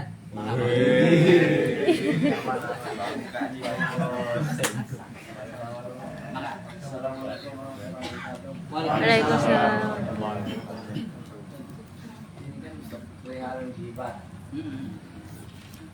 kalau kita ngomong seseorang, terus seseorang itu ada di depan kita, apa ngomong keburukan, kebaikannya, dia ada suka atau tidak sukanya, tak?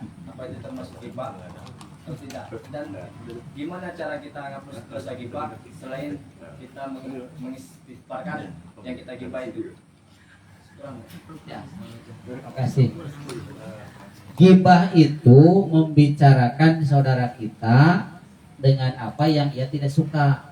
Apakah dia hadir ataupun tidak, tetap namanya gibah. Yang penting yang kita bicarakan dia tidak suka. Kenapa? Karena merupakan aib. Aib dia. Kalau kebaikannya tidak termasuk gibah. Ya. Jadi yang dibicarakan aibnya sehingga tidak suka kita bicarakan seperti itu. Hadir ataupun tidak hadir itu jadi masalah. Ya, tetap gibah. Nah, kayak istilah di urang mah ngomongkeun batur kan nya, ngomongkeun batur. Yang kedua, bagaimana tobatnya? Nah, ada dua pendapat. Ada yang mengatakan harus dua tobatnya teh. Satu, mohonkan ampun orang yang kita gibah. Yang kedua, kita harus mengumumkan bahwa orang geus ngomongkeun manehna. Itu yang pendapat pertama. Tapi kalau pendapat kedua, gak usah, cukup saja dengan memintakan ampun untuk orang itu. Karena kalau kita umumkan orang geus ngomongkeun dipasieun deui wae. Malah jadi mengungkap dipasieun. Jadi pendapat yang lebih kuat adalah ibarat gibah cukup berhenti dari gibah itu dan mohonkan ampun orang yang kita gibahin. Ya, tidak usah diumumkan orang teh ngomongkeun maneh hampurannya. Cukup istighfar untuk orang itu. Eureun datang sekali-kali deui. Ulah istighfar tuluy ngomongkeun teu eureun. Masih aya? Nanti kan kalau masalah gibah itu yang dibicarakan itu nggak seneng gitu. Gimana kalau kita gibahin dia seneng gitu? Gimana orangnya ya? Digibah tapi seneng. Itu paling kasus-kasus tertentu lah. Jadi pada umumnya yang namanya gibah itu yang kita bicarakan kejelekannya sehingga tidak senang kita katakan seperti itu. Kalau dia senang mungkin yang dibicarakan bukan kejelekannya, tapi kebaikannya itu tidak termasuk kategori gibah, ya. Kalau bicara kesenangannya. Dan ada satu catatan, boleh kita gibah yang salah satu alasannya adalah untuk mengungkap kebenaran. Contoh di pengadilan kita membicarakan kesaksian bahwa si itu teh anu itu mah harus tidak kategori gibah yang haram, tapi itu mah untuk pembuktian kebenaran itu harus. Yang kedua, gibah kepada orang yang betul-betul memang oleh Allah sudah dicap orang salah, orang jahat. Urang ngomongkeun Firaun. Kita ngomongkeun salah tadi Korun. Lain gibah sama punten. Karena memang itu Allah juga sudah menjas bahwa itu mah supaya jadi pelajaran. Itu tidak termasuk gibah, ya. Jadi gibah mah tidak ada unsur lain, hanya ingin menjatuhkan harkat martabat orang yang kita gibah. Maka itu yang haram. Ya, selama tujuannya untuk kebaikan dalam arti mengungkap kebenaran atau memang untuk pelajaran buat orang lain, itu harus. Contoh ayat bangsat, ya, ayat copet. Kurang mau beja-beja bisa gibah. Apa bahaya itu mah harus dijelaskan bahwa copet itu cirinya kia harus itu mah untuk menyelamatkan orang. Kalau disebutkan itu bisa gibah maka kecelakaan. Itu salah satu catatan ya dalam masalah gibah. Jadi barangkali agak sulit mencari orang yang kita gibah tapi senang. Ya. Masih ada? Oman. Oman balik dulu. Ustaz, kalau misalkan acara TV kayak misalkan gosip-gosip kayak gitu itu maksudnya gibah atau enggak? Gosip, karena lagi gosip. Namanya juga gosip, lebih kepada gibah kalau saya berpendapat. Kenapa? Apa untungnya? Maka Rasulullah mengatakan begini kan, idza aradta an tadhkura uyuba akhika fadhkur uyuba nafsik. Jika engkau ingin menyebutkan aib saudaramu, sebutkan dulu aib-aibmu. Itu artinya memeh nyaritakeun batur teh sok ragap heula diri sorangan. Karena kita mudah melihat kotoran kecil di mata orang, tapi sulit menyadari. Gitu kan, betul? Maka hati-hati. Kalau misalnya dia tidak ada motivasi selain untuk menjatuhkan atau untuk menjadikan seorang itu bisa jadi gibah. Ya, makanya hati-hati. Ustaz? Yang tadi dikatakan Ustaz bahwa riba itu kan adalah salah satu secara lisan mengucapkan bahwasanya tidak sesuai dengan kenyataan atau ucapan yang dilakukan orang lain. Nah, sekarang di zaman medsos ini kan biasanya bukan buruk tapi tangan. Betul. Itu gimana Pak Ustaz? Iya. Iya, kalimat hadisnya Pak Ustaz, bikruka, engkau menyebut ahoka saudaramu bima yakrohu, atas apa yang ia benci. Artinya bukan hanya dikru dengan lisan, bisa saja dengan tulisan. Jadi maknanya bukan hanya dengan lisan saja, tapi karena ini contohnya adalah syukur dengan lidah, maka kita stressing di lidah. Tapi bisa aja praktek nama medsos itu. Makanya hati-hati tak sursar share-share kan. Ya sursar share-share kan. Kadang-kadang datang ke orang share deui. Bisa-bisa jadi dosa jariah kayak orang. Makanya saring dulu lah. Apa ini benar, apa ini gosip. Karena bisa saja itu ada tujuan lain untuk menjatuhkan saudara kita. Mungkin tuh serangan orang untuk menjatuhkan saudara kita. Kita malah terjebak. Lebih menjatuhkan saudara kita, bisa terjadi seperti itu. Maka saya tekankan, betul Pak Ustadz, bahwa bukan hanya dengan lisan langsung, bisa dengan tulisan, bisa saja bukan tulisan kita, tapi tulisan orang kita sebarkan lagi. Apalagi dengan tujuan untuk menjatuhkan orang itu. Itu juga termasuk kategori ghibah. Hati-hati. Resepkan orangnya, padahal belum tentu kebenarannya kan. Disinilah pentingnya orang untuk hati-hati selektif memilih berita atau gosip apalah yang menyangkut seseorang secara pribadi. Secara pribadi. Ustaz, Pak, buatan Ustaz. Orang itu kan sudah berbuat baik terhadap ibu Ustaz. Sedangkan ibu kita udah meninggal. Iya. Terus kita harus gimana Pak? Oh iya, betul. Ya. Ada sahabat datang Bu kepada Rasulullah. Kata sahabat itu begini, ya Rasulullah, innali abawani abirruhuma fi hayatihima. Ya Rasulullah, aku dulu punya ayah dan ibu yang aku berbuat baik ketika beliau masih hidup. Pakai pa abirruhuma ba'da mamatihima. Maka bagaimana caranya aku berbuat kepada beliau yang sudah meninggal? Kata Rasulullah begini, catat, maaf. Antusolliya lahuma ma'a sholati wa antasuma lahuma ma'a syamik. Sholatlah engkau untuk ibu bapakmu bersama sholatmu. Puasalah engkau untuk ibu bapakmu bersama dengan puasamu. Atas deh. Antusolliya, engkau sholat lahuma untuk beliau berdua yang sudah meninggal. Ma'a bersama sholatmu. Wa antasuma, engkau puasa lahuma untuk beliau berdua. Ma'a bersama syamik, puasamu. Pertanyaannya, apakah sholat 2 kali? 1 kali sholat buat kita, 1 kali buat orang kita? Atau 1 sholat untuk berdua? 1 sholat untuk berdua.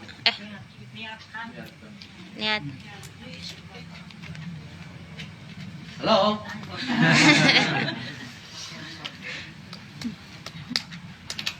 Sholatlah engkau, la itu untuk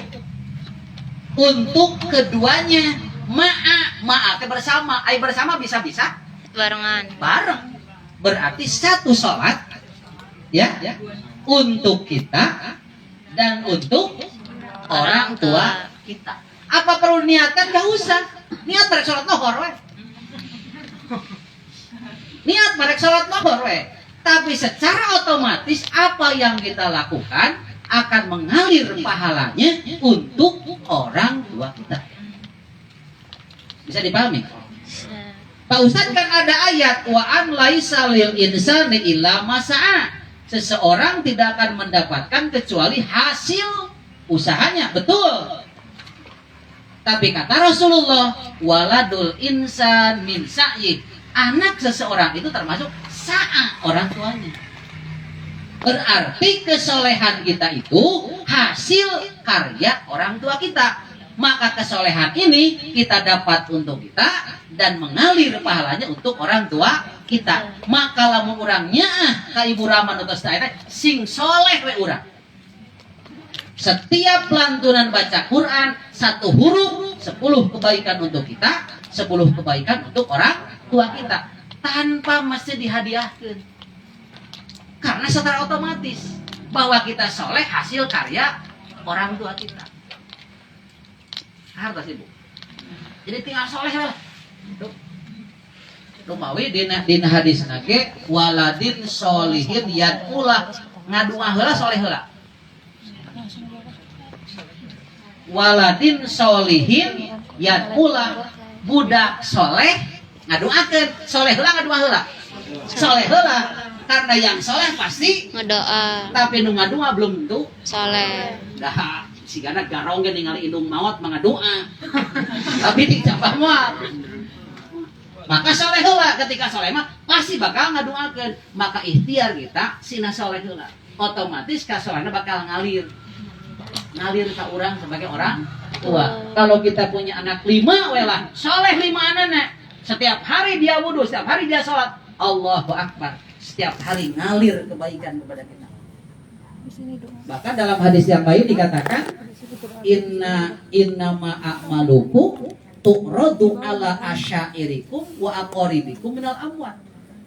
Sesungguhnya amal-amal kalian itu akan diperlihatkan, dipertontonkan kepada kerabat dan saudaramu yang sudah meninggal. Jadi punten sanes itu ka urang. Sanes itu daratan ka urang. Pan sok aya geuning cenah can 40 poe mah aya di urang kuli wedang sok pasian tuang dina kolomeran Gusti watir teh. Jadi bukan itu datang ke kita karena itu sudah di alam barzah. Barzah itu benteng, sudah tidak bisa keluar dari dunia, sudah keluar ke akhirat belum, maka ada di alam batas yaitu barzah. Tapi amal kita akan dipertontonkan ke sana. Tu'rad cek bahasa Sunda mah dipintonkeun, disogrogkeun kepada kerabat dan keluarga meninggal. Fa in kana khairan, upami nu dipertontonkeun teh kebaikan, istabsyarubi, mereka itu bahagia. Wa in kana ghairu dzalik, tapi kalau yang dipertonton adalah kejelekan, kejahatan, maksiat, mereka akan menangis dan mengatakan, ya Allah, la tumithum hatta tahdiyahum kama hadaitana, ya Allah, mugi we tong ka di maotan turunan abdi teh can meunang hidayah siga abdi sadaya mah. Tapi kata para ulama itu bukan doa tapi penyesalan meninggalkan keluarga yang tidak soleh. Singkat cerita, lamunnya ka Ibu Rama kantonan utos teu aya, tunjukkan amal soleh karena itu membuat mereka bahagia. Tapi kalau kita maksiat sarua jeung nyiksa. Karena mereka menangis menyesali meninggalkan turunan yang tidak soleh. Wallahu a'lam. Di samping yang lain-lain kewajibannya, wasiatnya, kalau ada utangnya, kalau ada silaturahimnya lanjutkan. Di samping itu ya. Tadi mah kesolehan kita akan mengalir pahalanya kepada orang tua kita walaupun sudah tidak ada. Masih ayat? Masih Mak? Oh iya iya. Pertanyaan tentang riba Ustaz. Apa? Riba. Iya iya. Kan gimana asuransi Ustaz yang terjadi asuransi, saya pernah dengar kalau itu apa namanya riba gitu. Dan bagaimana makan uang riba itu sedangkan anaknya itu menghafal Al-Qur'an gitu. Iya. Penjelasannya itu. Waduh, riba teh luar biasa ya. Dosa paling ringan riba itu sepadan dengan menjinahi ibu sendiri. Jinah itu kan dosa besar. Ini mah menjinahi ibu sendiri. Itu riba terringan. Riba terringan dosanya. Masalahnya apakah betul itu masuk riba atau tidak, itu masalahnya. Ya, kita harus ada kajian khusus, dan saya tidak punya kapasitas untuk menjawab itu.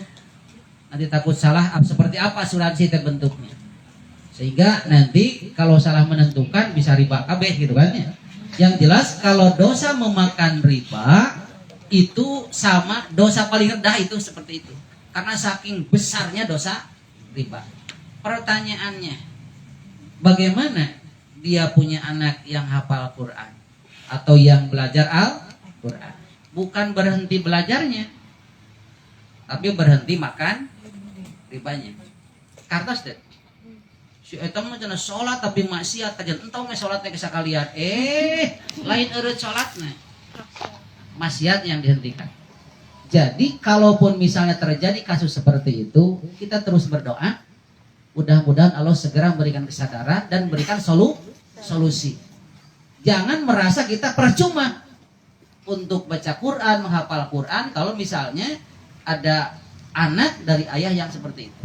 Tetap kita berusaha dan berdoa. Selama masih ada peluang berdoa, Allah bisa memberikan hidayah. Itu aja solusinya. Jangan berhenti dan merasa bersalah kitanya, karena itu di luar kemampuan kita. Ibrahim alaihissalam kepada Azar itu kan, kemudian Rasulullah kepada Abu Thalib berupaya, mang pokoknya sadat mang, nggak bisa. Sampai sampai Allah menurunkan mengatakan innaka latahdi man ahbabta walakinnallaha yahdi may yasha. Engkau tidak akan bisa memberikan hidayah kepada yang engkau cintai, hanya Allah yang memberikan hidayah. Maka posisi kita adalah berdoa, mendoakan, meminta kepada Allah, di samping kita memberikan peringatan dan sebagainya, ya gitu. Mudah-mudahan kita terhindar dari hal itu. Amin. Ya Allah ya Rabbal alamin. Karena saking besar dosanya. Masih cekap? Udah. Alhamdulillah. Mudah-mudahan sekali lagi bisa bermanfaat. Mohon maaf apabila ada jawaban-jawaban yang kurang tepat. Mudah-mudahan Allah memberikan ampunan dan berikan maghfirah kepada kita semua. Terima kasih. Billahi bisabil haq. Assalamualaikum warahmatullahi wabarakatuh. Waalaikumsalam warahmatullahi wabarakatuh.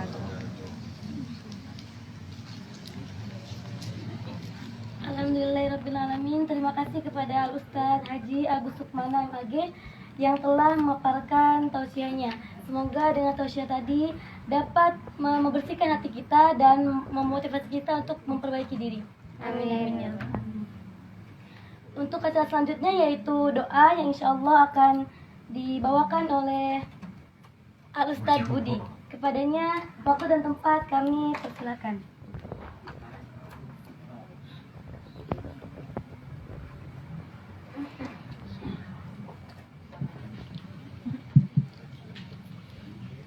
Marilah kita semua melihat keadaan kita untuk terus menjadi Allah SWT. Semoga di akhir tahun ini Allah SWT senantiasa memberikan kita taufik dan hidayahnya, sehingga kita mampu untuk bisa meningkatkan kualitas dan kuantitas iman dan takwa kita kepada Allah SWT. Allahumma salli wa sallim ala alihi wa sahbihi ajma'in. Allahumma ighfir lana dhunubana wa li walidayna warhamhuma kama rabbayana shaghira. Ya Allah ya Rabbana, ampunlah dosa-dosa kami ya Allah, dosa kedua orang tua kami ya Allah, baik yang masih hidup ya Allah maupun yang sudah meninggal. Sayangilah mereka ya Allah, sebagaimana mereka menjauh kecil. ربنا هب لنا من أزواجنا وذرياتنا قرة أعين واجعلنا للمتقين إماما رب هب لي من أصواتنا وارحمنا. Ya Allah, jadikanlah kami sebagai anak yang soleh dan soleh ya Allah, yang taat kepadamu ya Allah, yang sanggup dan mampu berbakti kepada kedua orang tua kami ya Allah. Jadikanlah kami sebagai contoh ya Allah bagi kedua orang tua kami. Ya Allah, kuatkan dan kokohkan kami sebagai pejuang Al-Quran ya Allah, menjahar hafidhah kalamillahi ya Allah. Rabbana taqabbal minna innaka antas samiul alim wa tub alaina innaka antat tawwabur rahim. اللهم إن هذا إكبار ليلك وإدبار نهارك وأسواق طاعتك فاغفر لنا فاغفر لنا فاغفر لنا يا رب.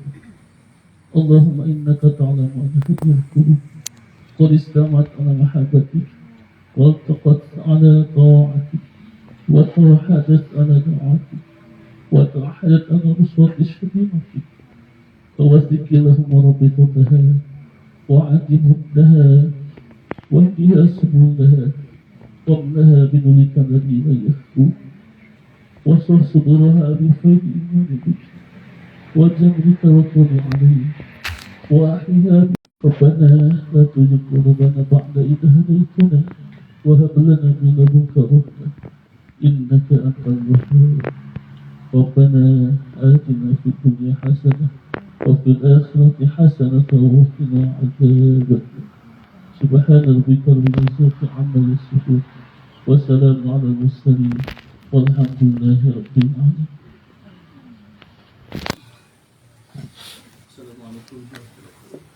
Waalaikumsalam. Untuk acara selanjutnya, yaitu penutupan. Marilah kita tutup acara pada malam hari ini dengan membacakan Alhamdulillah. Alhamdulillahirrahmanirrahim. Rabbana atina fid dunya hasanah wa fil akhirati hasanah wa qina adzabannar. Subhanaka Allahumma bihamdika asyhadu an la ilaha illa anta astaghfiruka wa atubu ilaik. Wassalamualaikum warahmatullahi wabarakatuh. Waalaikumsalam.